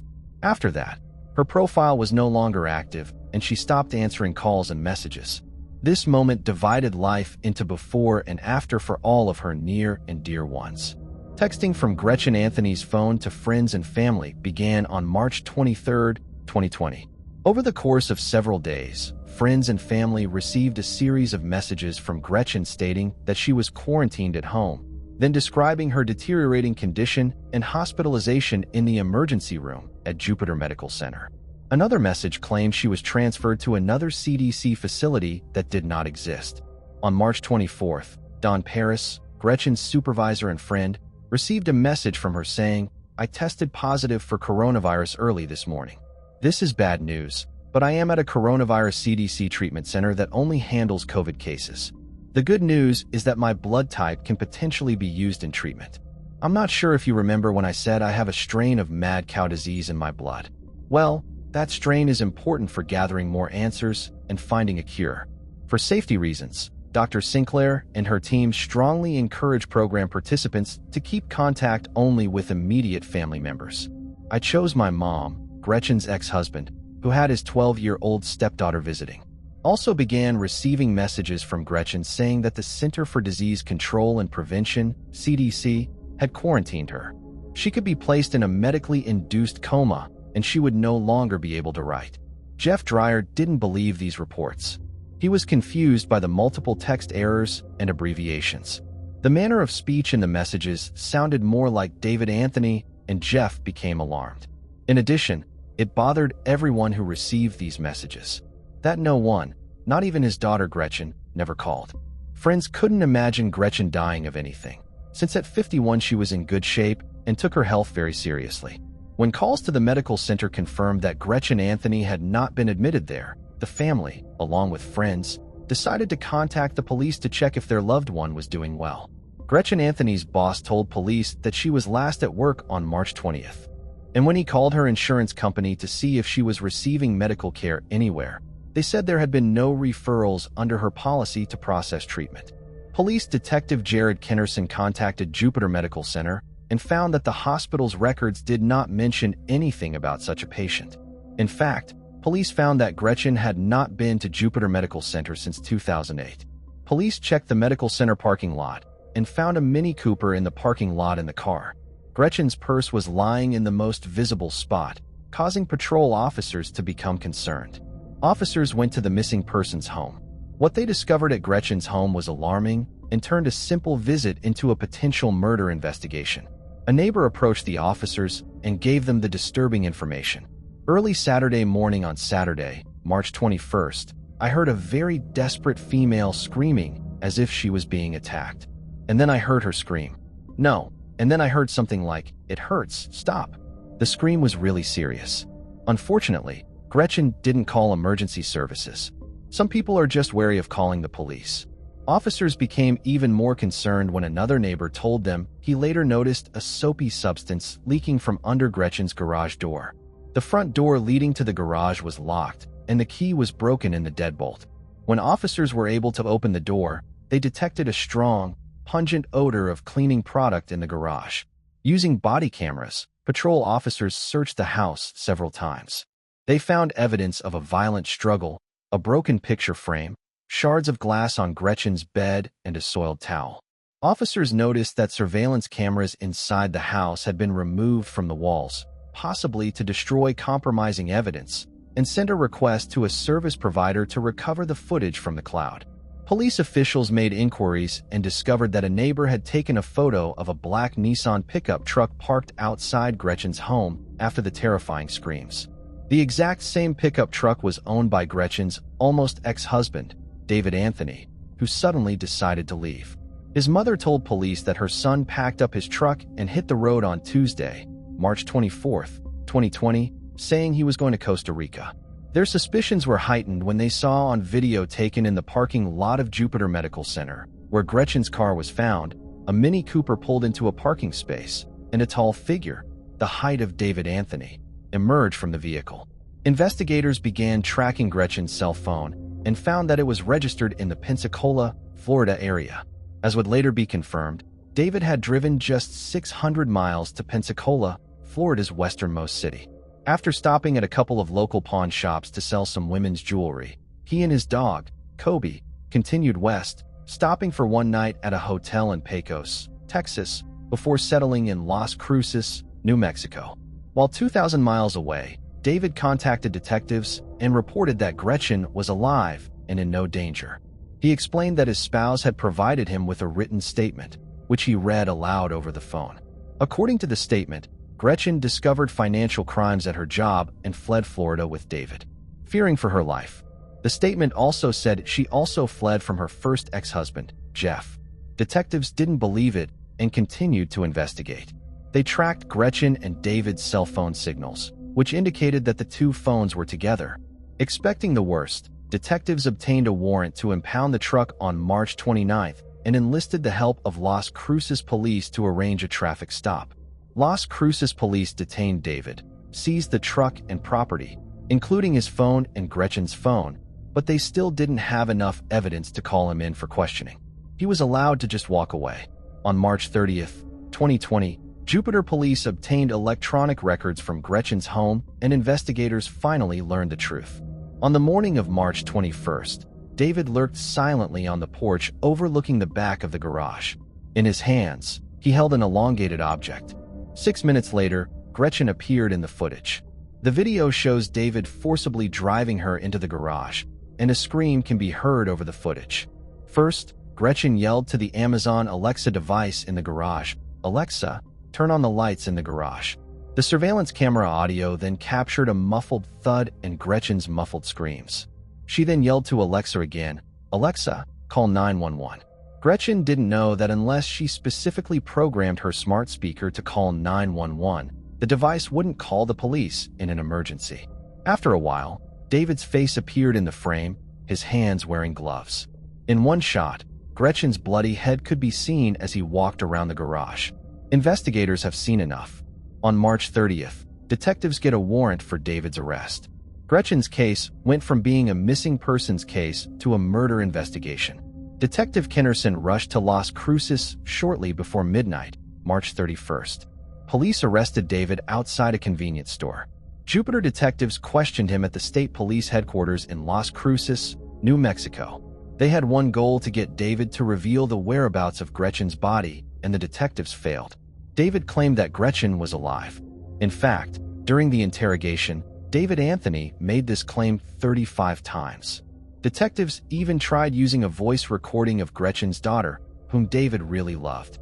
With her father's permission, the girl recorded her request. "David, it's Ava. I love you. I'm scared. I miss my mom." She told him, "I need to know where my mom is. Please do the right thing and tell me where my mom is. Please. I love you." Detectives played the tape to David, but he remained indifferent while behind bars. He refused to say anything about what had happened to Gretchen. In his typical restraint, he remained silent for months. David knew it would be difficult for the prosecutor to get a conviction without Gretchen's body. He was charged with second-degree murder and extradited to Florida. While David was in custody in Palm Beach County, Florida, a grand jury indicted him for kidnapping and upgraded the murder charge from second-degree to first-degree murder. This was a turning point, and in December 2020, after 8 months in prison, the criminal took a plea deal with the prosecutor. The fact is that he could have faced the death penalty for first-degree murder. Under the terms of the deal, David would plead guilty to second-degree murder in exchange for a 38-year prison sentence. The main condition of the deal was that he would lead investigators to Gretchen's body. On December 21st, 9 months after Gretchen Anthony disappeared, David Anthony admitted what everyone already knew. David killed his wife. Gretchen's body was discovered wrapped in a blanket about 3 miles from her home, in a wooded area behind a Walmart and near a nursing facility. Investigators concluded that she died from multiple stab wounds to the neck and torso. The presence of numerous defensive wounds made it clear she had fought desperately for her life. During his sentencing, David Anthony claimed that the COVID-19 pandemic had played a role in his actions, stating that he believed it signaled the end of the world and that he felt an overwhelming need to escape it. "My delusions saw the COVID pandemic as a prophecy of the end of the world, an Armageddon I felt I had to flee at all costs," he said. As part of a plea deal, David Anthony was sentenced to 38 years in prison on January 14, 2021. He is currently serving his sentence at the Martin Correctional Institution in Florida. Moving on to the next case. Lauren Johansson. In this video, we delve into a tragic case that highlights how even the most advanced security measures can sometimes fail to stop a devastating crime. Lauren Johansson, a 22-year-old nursing student from Hattiesburg, Mississippi, lost her life far too early. She was born on October 30, 2001, in Mississippi, a state known for its tightly knit communities and warm Southern charm. In 2023, Lauren was diligently pursuing her nursing degree at the University of Southern Mississippi, located in the city of Hattiesburg in Forest County, home to around 48,000 residents. She was the kind of person who easily connected with others and left a lasting impression on everyone she met. Dr. Lauren Johansson, Lauren's father and a respected neighborhood physician, often spoke of her kindness and unwavering determination. She was passionate about entering the healthcare field because she genuinely wanted to make a difference in people's lives. According to those closest to her, Lauren was warm-hearted, always smiling, and deeply committed to her studies. She balanced the pressures of young adulthood with the intense workload of nursing school, including demanding coursework and clinical training. She lived on the quiet South 11th Avenue in Hattiesburg, surrounded by a supportive circle of family and friends. Concerned for her safety, her family installed 11 security cameras around the house, a clear sign of their protective instincts. At the center of Lauren's tragic story was a 23-year-old man from Mississippi named Bryson Rivers. Lauren and Bryson Rivers had met sometime before 2023, and while their relationship began on a positive note, it soon became emotionally painful and troubled. According to statements made by Lauren's father during court proceedings, the relationship was marked by ongoing issues. Dr. Lauren Johansson revealed that Lauren experienced multiple problems with Rivers, yet she consistently tried to move forward and focus on her life. Escaping an abusive relationship is rarely simple, often entangled in emotional and psychological complexities. Her family urged her to leave Rivers, but Lauren's compassionate nature and trusting heart may have kept her involved longer than her loved ones had hoped. In early December 2023, she agreed to take a trip with Rivers to Nashville, Tennessee. Despite the underlying issues in their relationship, the vibrant music culture and bustling atmosphere of the city offered an appealing escape. The trip was meant to be a relaxing getaway for Lauren and Rivers, a chance for them to spend time together, but it quickly took a dark turn. On December 11, 2023, the couple spent the day visiting several of Nashville's popular attractions. They began at the Frist Art Museum, a cultural landmark in the heart of the city, where they likely explored various exhibits and soaked in the artistic atmosphere. Later, they headed to Topgolf for a laid-back, entertaining experience, a typical outing for a young couple enjoying a vacation. The day seemed ordinary, filled with the kinds of activities many couples enjoy. That evening, they continued their plans by visiting a local pub, hoping to socialize and take in the vibrant nightlife that Nashville is known for. However, as the night progressed, tensions between Lauren and Rivers escalated, leading to a heated argument. According to police reports, the situation escalated when Rivers accused Lauren of behaving inappropriately with one of the bartenders, further intensifying the tension between them. After leaving the bar, things deteriorated rapidly. Rivers allegedly struck and slapped Lauren, confiscated her phone, and drove her to a parking lot in Germantown, a neighborhood in Nashville. There, he subjected her to a brutal assault that lasted nearly an hour, during which he reportedly pressed her wrist against her throat, nearly causing her to lose consciousness. Lauren managed to record part of the attack on her phone, capturing both her screams and her desperate struggle to breathe. Concerned for her safety, Rivers' mother and Lauren's family used a location tracking app to alert Metro Nashville police to her whereabouts. Officers arrived to find Lauren pounding on the car window, pleading for help. Inside the vehicle, they discovered a disturbing scene: blood covering the seats and a firearm in plain sight. Rivers was arrested and faced multiple serious charges, including 2 counts of aggravated kidnapping, 1 count of aggravated stalking, and 1 count of coercing a witness to give false testimony. Following the assault, Lauren was taken to a nearby hospital where she received medical treatment. The fact that she required 2 days of recovery highlights the severity of the injuries she sustained. Law enforcement built much of their case on the physical evidence found in the vehicle and the visible injuries Lauren suffered. Additionally, the audio Lauren recorded on her phone during parts of the attack provided a critical timeline and further supported the investigation. The incident served as a painful wake-up call for Lauren's family. Once she was discharged from the hospital, her father, Dr. Lauren Johansson, moved quickly to bring her back home to Mississippi, determined to protect her and ensure distance from Rivers, who remained in custody at the Davidson County Jail in Nashville. Lauren's family hoped that the Nashville incident would be the final chapter in her involvement with Rivers, allowing her to fully focus on her studies and future. She returned to Hattiesburg, determined to start fresh, surrounded by the support of her sister and close friends. Her home on South 11th Avenue, equipped with 11 security cameras, was meant to be a safe haven. The traumatic events in Nashville marked a turning point, revealing just how dangerous her relationship with Rivers had become. The incident also propelled her case into the legal system, where decisions in the coming months would carry significant consequences. The case moved forward in Nashville's court system, and on March 19, 2024, Judge Cheryl Blackburn of Davidson County presided over the first hearing. The hearing played a crucial role in determining whether there was sufficient evidence to formally pursue charges against Rivers. During the proceedings, prosecutors presented audio recordings captured on Lauren's phone during the violent incident in Nashville. Portions of the altercation were revealed in these recordings. Due to the sensitive nature of the content, the audio was reviewed privately to protect Lauren's privacy, but its mere existence added significant weight to the case.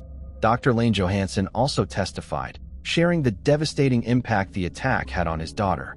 "I sat in the courtroom in Nashville and told the judge that if they let him out, he was going to kill her," he said. "He had abused her.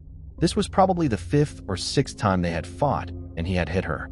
We would take her away from him for a while, but he always found a way to come back into her life." While in jail, Rivers continued attempting to contact Lauren. Court records later revealed that he made calls to her from the Davidson County Jail, trying to influence her account of the events from December. These actions supported the charge of witness tampering, indicating that Rivers may have been attempting to manipulate the narrative even from behind bars. Meanwhile, Lauren was back in Mississippi, doing her best to rebuild her life. Initially, she expressed hesitation about pressing charges, an all-too-common response in cases involving complex and emotionally entangled relationships. Despite her uncertainty, Metro Nashville police moved forward with the case, relying on strong physical evidence, including the blood-stained car and the firearm found at the scene. Their goal was to ensure justice was pursued, regardless of Lauren's personal stance. In April 2024, a key decision was made in court, marking a significant development in the case. Judge Cheryl Blackburn, who was in charge of the case, made a decision about Rivers' bond, which had been set at $250,000 at first because of how serious the charges were. The judge decided during court that the bond should be lowered to $150,000, which would have big effects. The lower bond came with strict rules meant to keep Lauren safe and keep an eye on what Rivers does. Because of these conditions, Rivers had to be given to 2 bonding companies, Brooks Bail Bonding and On Time Bail Bonding, connecting with him, and to wear a GPS ankle monitor to keep an eye on his moves. Besides that, he was told to stay in Davidson County, Tennessee, and not talk to or interact with Lauren in any way. The bond terms were meant to balance the need for public safety with Rivers' legal rights, but they depended a lot on the court and the insurance companies doing their jobs right. From December 2023 to April 2024, when Lauren was in court, it was a very important time in her life. The charges against Rivers, the proof shown in court, and the decisions to lower his bond all set the stage for what would happen next. A big mistake was made in the Davidson County Criminal Court Clerk's office in Nashville on June 24, 2024. Got out of jail after posting the smaller bond. But the clerk's office didn't tell the jail or the bonding companies, Brooks Bail Bonding and On-Time Bonding, about the conditions of the bond. Rivers could not be freed after 4 p.m. according to the bond order to make sure that Tracking Solutions, which was closed at the time, could put a GPS watch on him. But this did not happen. Rivers got out of jail on Monday, June 24th at 4:05 p.m., according to records. So Rivers got out of jail without the required GPS ankle monitor and without clear orders to stay in Davidson County or stay away from Lauren. This mistake by a clerk, which was later shown in court, meant that no one was actively watching Rivers' moves.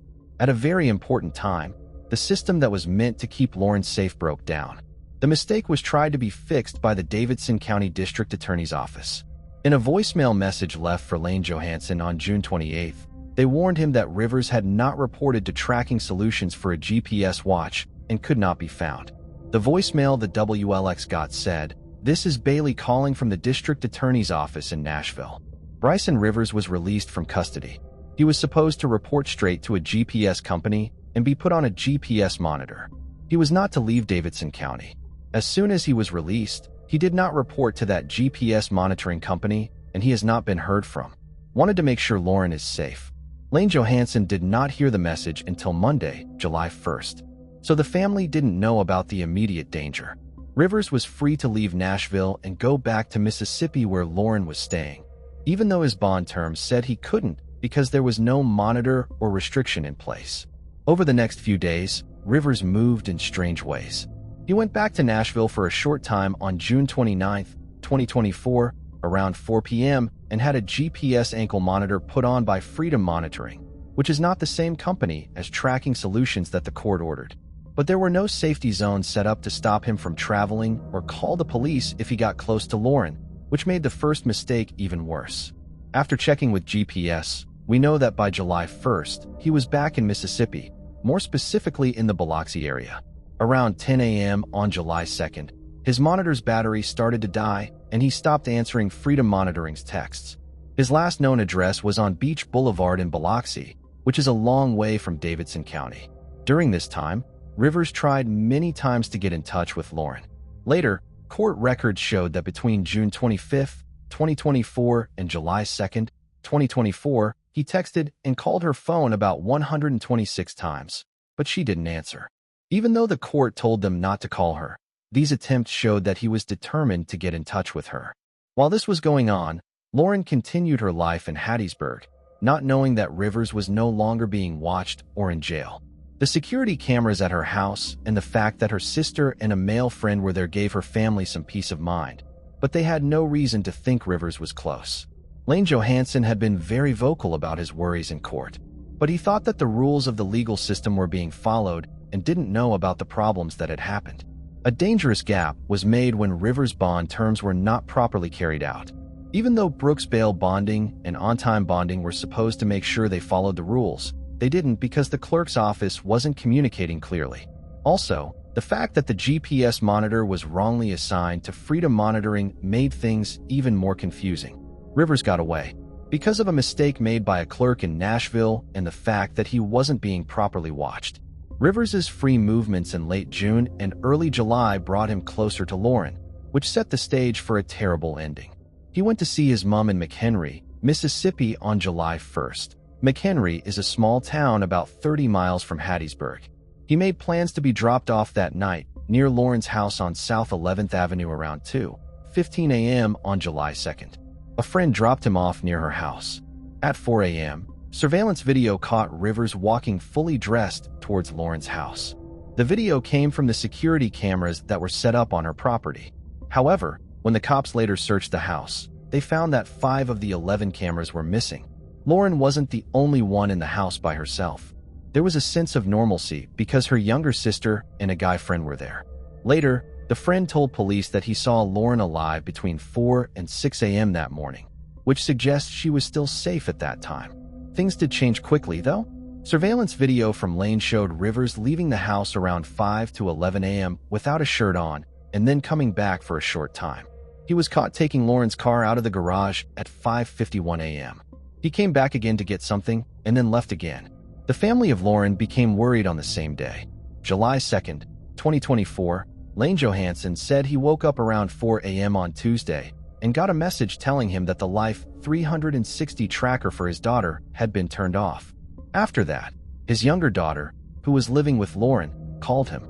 Lauren wasn't there, she said, and the front door was left open. Their security camera was also broken. The family called the Hattiesburg Police Department to report that the person was missing in response to his report that his daughter was missing.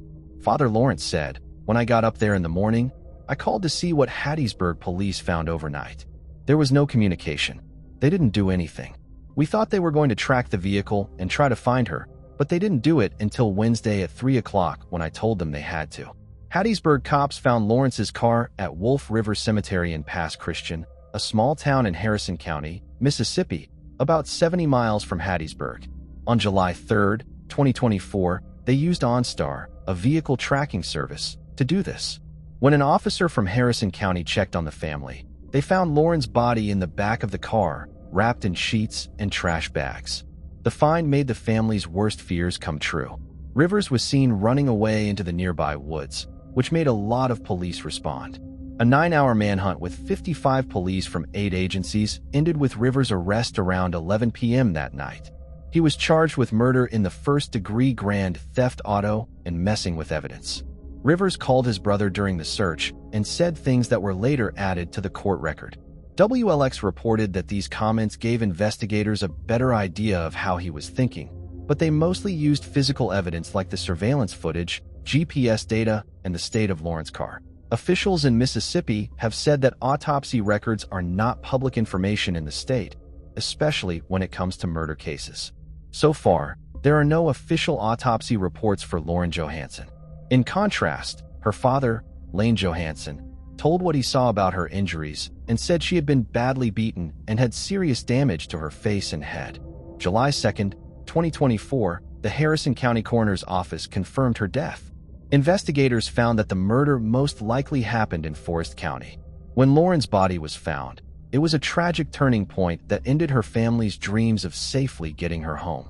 The terrible things that happened on July 1st and 2nd showed how the legal system had failed in the past, leaving Lauren defenseless even though she and her family had taken safety measures. Rivers went to court in Forest County on July 26, 2024, to face Judge Gay Pope Payton. He was charged with first-degree murder for killing Lauren grand theft auto for taking her car and tampering with evidence for things he did after the crime. Judge Payton didn't set bond for the murder charge, so Rivers stayed in jail. However, as a matter of procedure, he did set $20,000 bonds for the smaller charges of grand theft and tampering.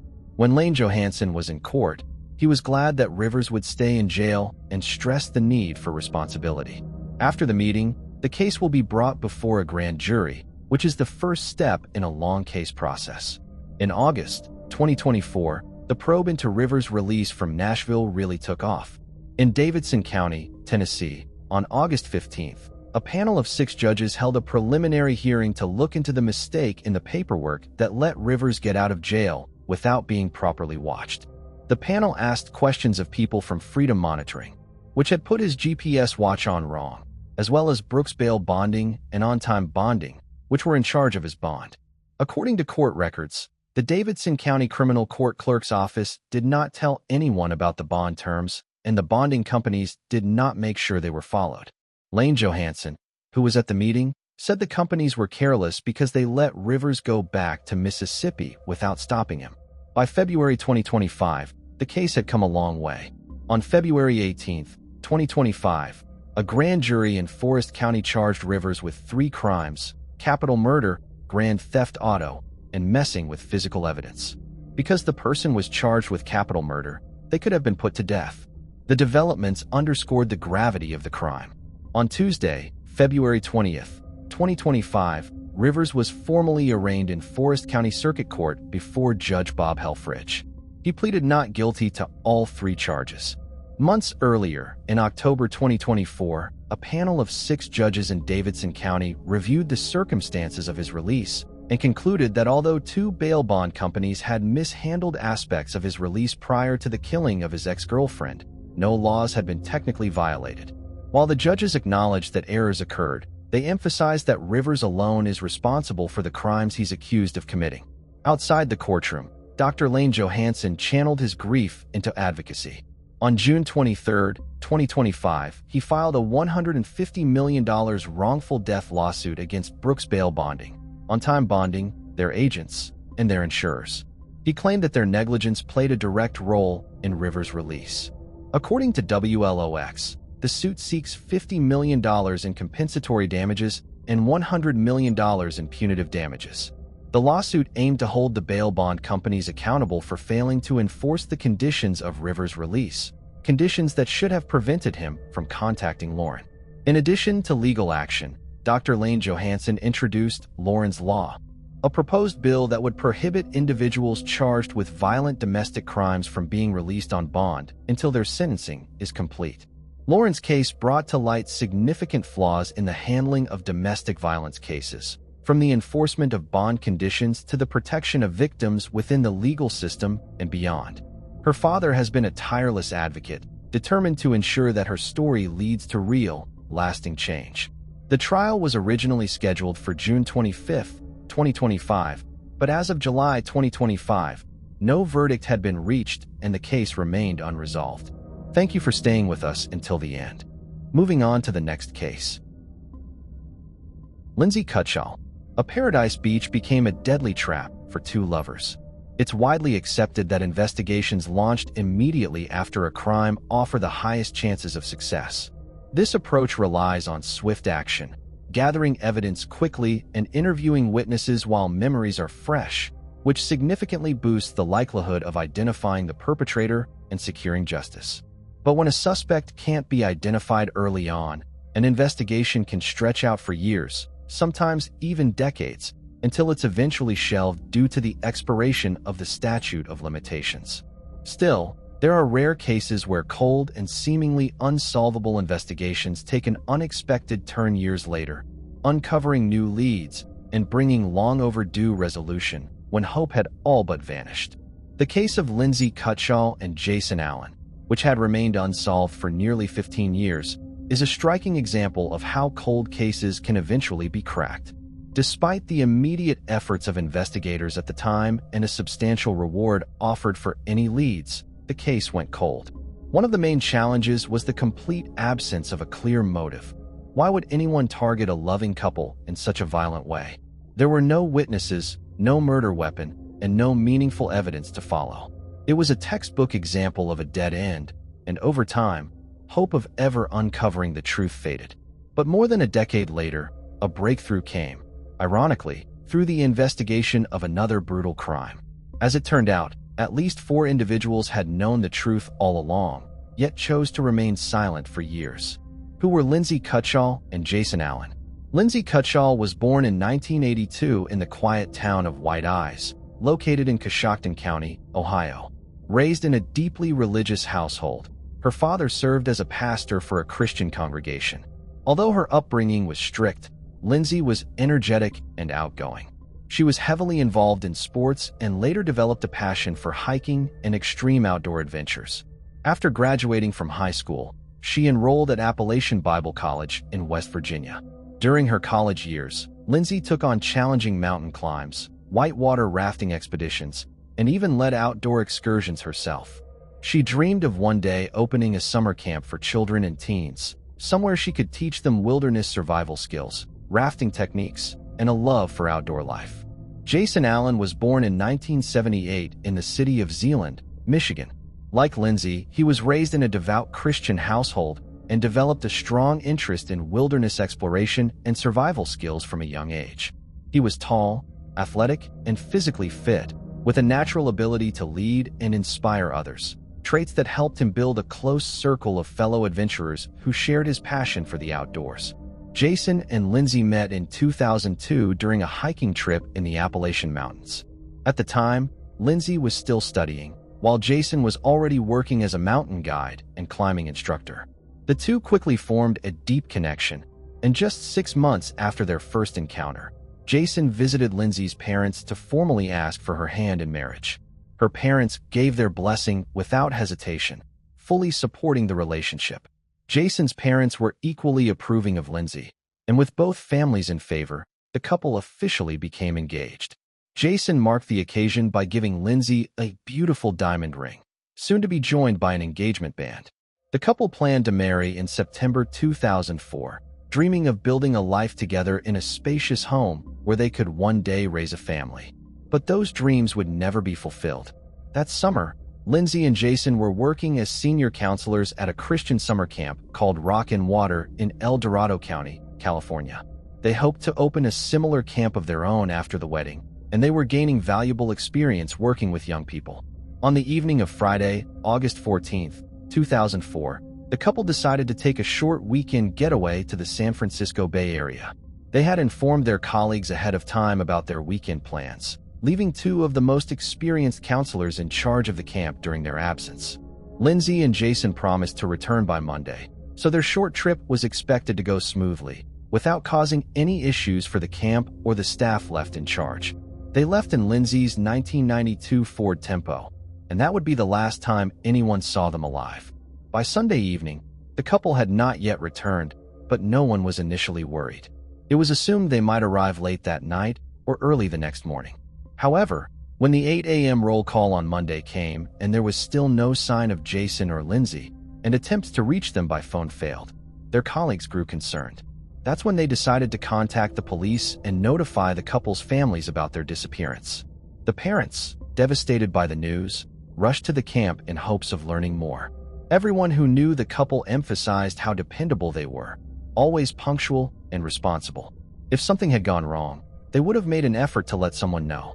When law enforcement arrived at the camp, they began by interviewing the couple's co-workers. But the investigation hit a major obstacle right away. No one knew exactly where Lindsay and Jason had gone. All anyone could say was that they intended to explore the San Francisco area. Given the couple's love for adventure and remote locations, it was possible they had ventured into areas without cell service or signs of civilization. While the police observed the standard waiting period in hopes the missing couple might turn up on their own, friends and family members refused to remain idle. They immediately began organizing their own search efforts. They called everyone they knew, trying to find out when the couple last made contact with anyone, distributed flyers with photos of the bride and groom, and requested anyone who might have seen them to respond immediately. By Tuesday, law enforcement had joined the search operation. The main search unfolded around San Francisco, its suburbs, and surroundings. However, the area was vast, and it was simply not possible to thoroughly comb through it. Then, one of the friends noted that the couple loved the wild, rocky beaches that were always beautiful and secluded, prompting the police to focus on these areas. Bodies and sleeping bags. For several days, the search yielded no results, and the hope of finding the couple alive was diminishing rapidly.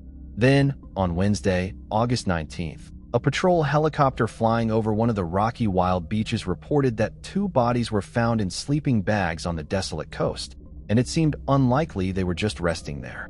The first thing police encountered upon arriving at the scene was a red Ford Tempo parked on a cliff near a lookout point and a small shelter for tourists, from which a steep trail led directly to the scenic wild beach. The car was immediately checked in the database and found to belong to the missing student, Lindsay Kutshaw. Descending the trail to the beach, law enforcement found 2 bright sleeping bags containing individuals. At first, it might have seemed they were merely sleeping, but no response came to calls or noise. Approaching closer, the officers saw that the sleeping bags contained a young man and woman, both showing no signs of life. A brief initial examination suggested that their lives had been taken by gunshot wounds to the head, and given the distinctive smell of decomposition, they had been there for more than a day.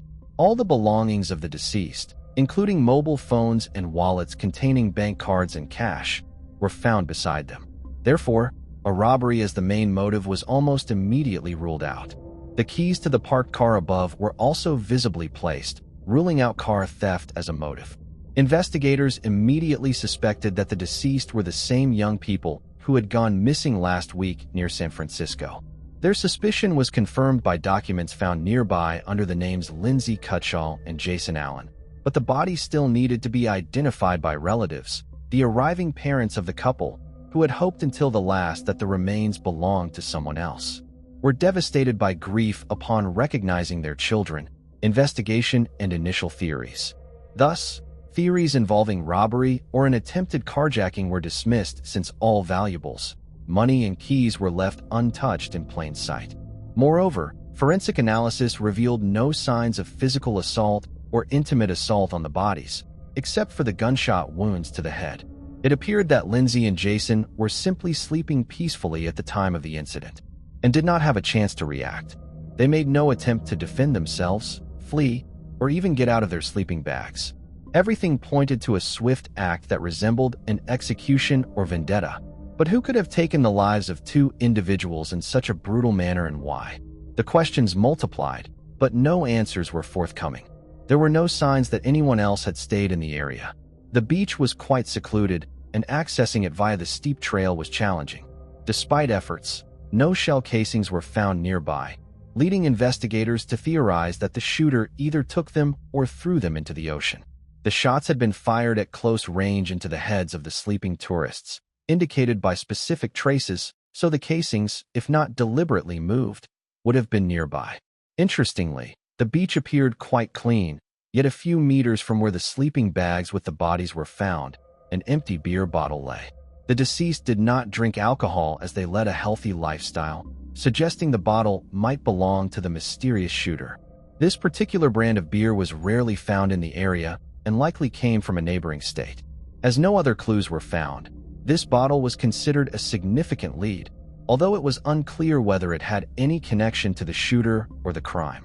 A theory was proposed that the deceased might have had a conflict with someone the day before the tragedy, and their opponent returned at night with a weapon to settle the score. Although Jason and Lindsay were very friendly with everyone, it was not excluded that they might have inadvertently displeased someone either in appearance or for some other reason. Additionally, the shooter could have been intoxicated or mentally unstable.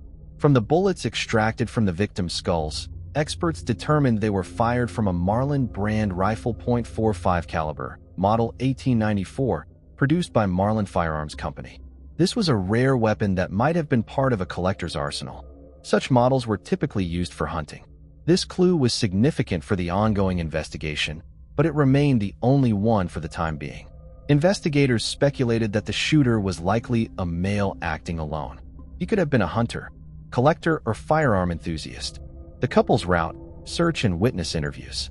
The investigation now aimed to establish the route the couple had taken, who they might have contacted, and when they were last seen alive. The first task presented few issues as the couple had taken numerous photos, and their camera remained untouched among their personal belongings. Additionally, in the tourist cabin near the lookout point where they parked their car, there was a guest book where visitors could leave notes. The engaged couple had written a couple of entries expressing that it was one of the best weekends of their lives, filled with love, happiness, and the discovery of perhaps the most beautiful beach they had ever seen. It was discovered that on Saturday, the couple had stopped at a fishing pier about 20 miles from where their lives were ultimately taken. This was evidenced by the photographs they had taken there, prompting law enforcement to visit the area and speak with locals in search of potential witnesses. Many remembered the young couple traveling in a red car. They were looking for a place to stay overnight, but found no vacancies in any of the 3 nearby hotels. This was because August is peak tourist season in the area, and most travelers booked their accommodations well in advance. The couple then dined at a local restaurant, walked around the area, took several photos, and set off again in the evening. According to everyone who saw and interacted with them, they were friendly, engaged in no conflicts, and appeared happy and carefree. None of the witnesses could recall anything suspicious or unusual. Notably, the beach where the bodies were found was located in a protected area where camping was prohibited. However, since the young people could not find a place to stay overnight, they decided to settle on the beach but chose not to set up a tent, instead using their sleeping bags. They believed that on a warm August night on a secluded beach, they faced no threats and planned to head back at dawn to return to the rock and water camp on Sunday as promised.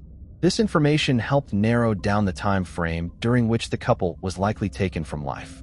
They went to sleep but did not survive until morning, indicating they were likely taken from life between 11 o'clock Saturday night and dawn on Sunday. The first suspect. Although the investigation into the double taking of life was in full swing and news broadcasts urged anyone with any relevant information to contact the police, law enforcement withheld certain details. In particular, the results of the ballistics analysis were kept secret to avoid alerting the suspect and prompting them to hastily dispose of the weapon used in the crime. Initially, suspicion fell on a local drifter who periodically slept on that very beach and had been seen nearby on the evening before the crime. The homeless man, mentioned by some witnesses, was quickly located, brought to the station, and interrogated. The 57-year-old suspect had no alibi for the night of the crime. However, his involvement could not be confirmed. The main reasons were the absence of the weapon used in the crime and the fact that his DNA did not match that found on the beer bottle discovered on the beach. A new phase of the investigation in 2006. For nearly 2 years, the investigation had been at a standstill with no clear direction on how to proceed. Then, in the spring of 2006, law enforcement decided to publicize the data they had on the weapon used in the crime and to reach out again to potential witnesses by offering a $50,000 reward for any useful information that could lead to the perpetrator.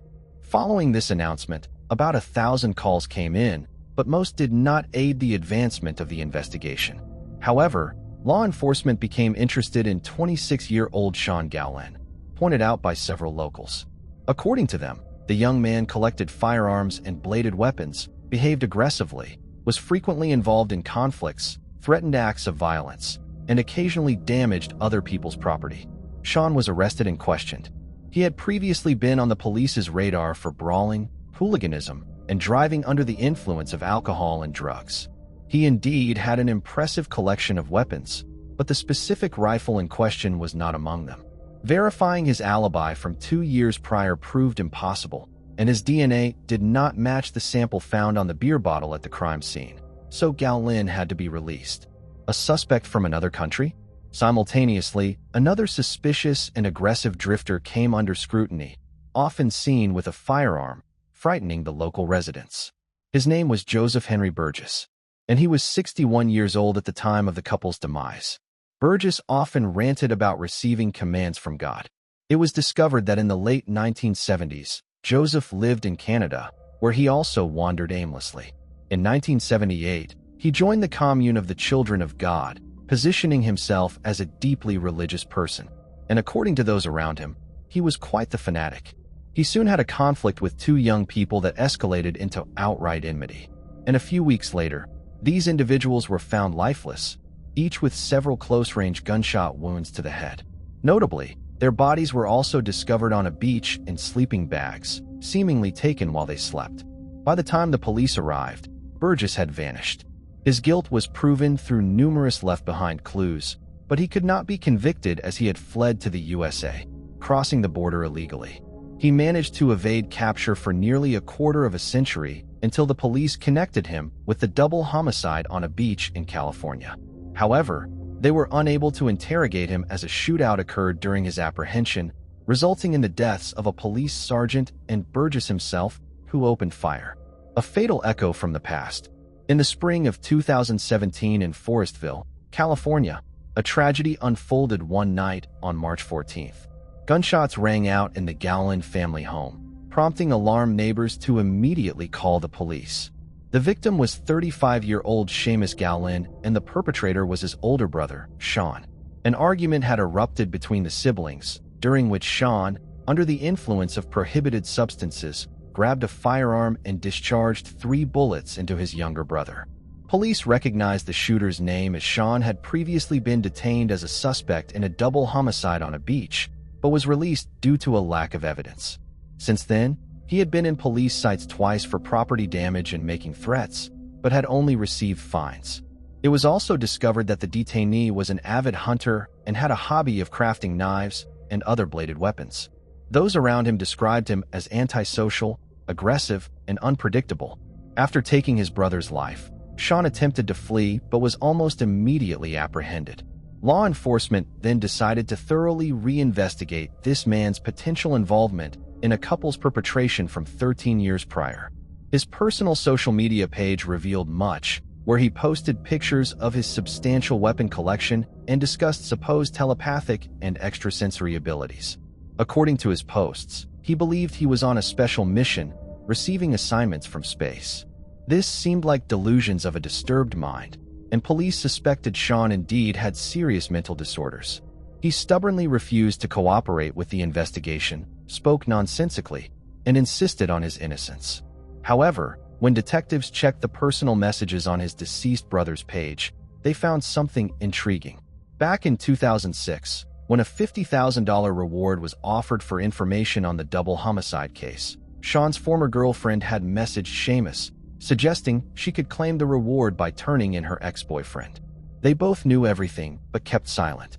Unfortunately, questioning either was no longer possible since the brother had been shot and the woman had died in a car accident 2 years earlier.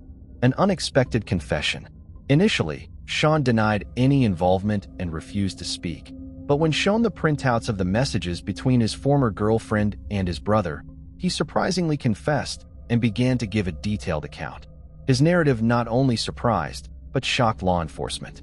Despite more than 13 years passing since the double homicide, Gallin remembered the details of that night vividly. That evening, he had left his house with a Marlin rifle, intending to hunt in a wooded area. He aimlessly wandered for a couple of hours before descending a trail to a wild beach, which he claimed was a spot to encounter boars. As he walked along the shore, he spotted 2 bright sleeping bags. Approaching closer, he discovered a young man and woman sound asleep inside. He stood watching them for several minutes, then suddenly heard voices in his head commanding him to end their lives. Sean claimed this was the mission from space, could not ignore. He placed the barrel of his rifle almost against the young man's head and pulled the trigger. The sound woke the young woman, but before she could comprehend the situation, a second shot ended her life as well. He decided to collect the casings and carried them away in a beer can he had emptied while descending to the beach. Later, according to him, he tossed the can into some bushes in his father's backyard, where he went to give the rifle to his father, and asked him to hide it. His elderly father asked no questions and simply buried the weapon in the dirt floor of the cellar in his old barn. Remarkably, Sean's claims were verified. The rifle was found at the site of the now-collapsed barn, and the beer can with the casing still rested in the overgrown bushes in the backyard. The fact that the murderer's father had passed away in 2009 and his property had since fallen into disrepair and abandonment helped preserve these items. It turned out that the bottle found on the beach had no connection to the crime and was mistakenly considered as evidence. Forensic psychiatric evaluation, Sean Gallin blamed the voices in his head, which he claimed ordered him to commit acts of violence, and asserted that he was not aware of his actions. His defense attorneys also insisted that Sean was mentally ill and unfit to stand trial. It was up to qualified psychiatrists to determine the truth of these claims. The evaluation revealed that the accused did indeed suffer from a range of mental disorders, exacerbated by the effects of alcohol and prohibited substances. Despite his psychological issues, Sean carried out the crime with clear intention, meticulously planning every move. He knew exactly what to do to avoid getting caught. That's why he targeted the young man first, realizing that if anything went wrong, the woman would be unable to defend herself. He also made sure to collect the shell casings and handed the rifle over to his father, asking him to hide it, all in an effort to cover his tracks. Psychiatrists concluded that while Gallin did have certain mental disorders, he was fully competent to stand trial and be held responsible for his actions. One of the most startling aspects of the case was the fact that several people close to him, his parents, brother, and ex-girlfriend, either knew or strongly suspected that he was responsible for the double murder. Yet, none of them reported him to the authorities. Sean Gallin's trial took place in the spring of 2019, nearly 15 years after the brutal murder of the young couple. On June 17th of that year, he was sentenced to 2 consecutive life sentences without the possibility of parole, along with an additional 94 years for taking the life of his own brother in 2017. Gallin is currently serving his time in a specialized prison unit for inmates considered extremely dangerous and mentally unstable. He continues to claim that he hears voices and displays violent behavior. Because of this, he remains under strict supervision to ensure he doesn't harm himself or others around him. To this day, the motive behind the double murder has never been determined. Sean had simply seen the couple sleeping on the beach and chose to end their lives. Thanks for watching. I hope you enjoyed exploring these intriguing cold cases with me. If you found the video fascinating, don't forget to give it a thumbs up and subscribe to Cold Case Mystique for more deep dives into cold case investigations. Your support helps me bring you more compelling content. Leave a comment below with your thoughts or any cases you'd like me to cover next.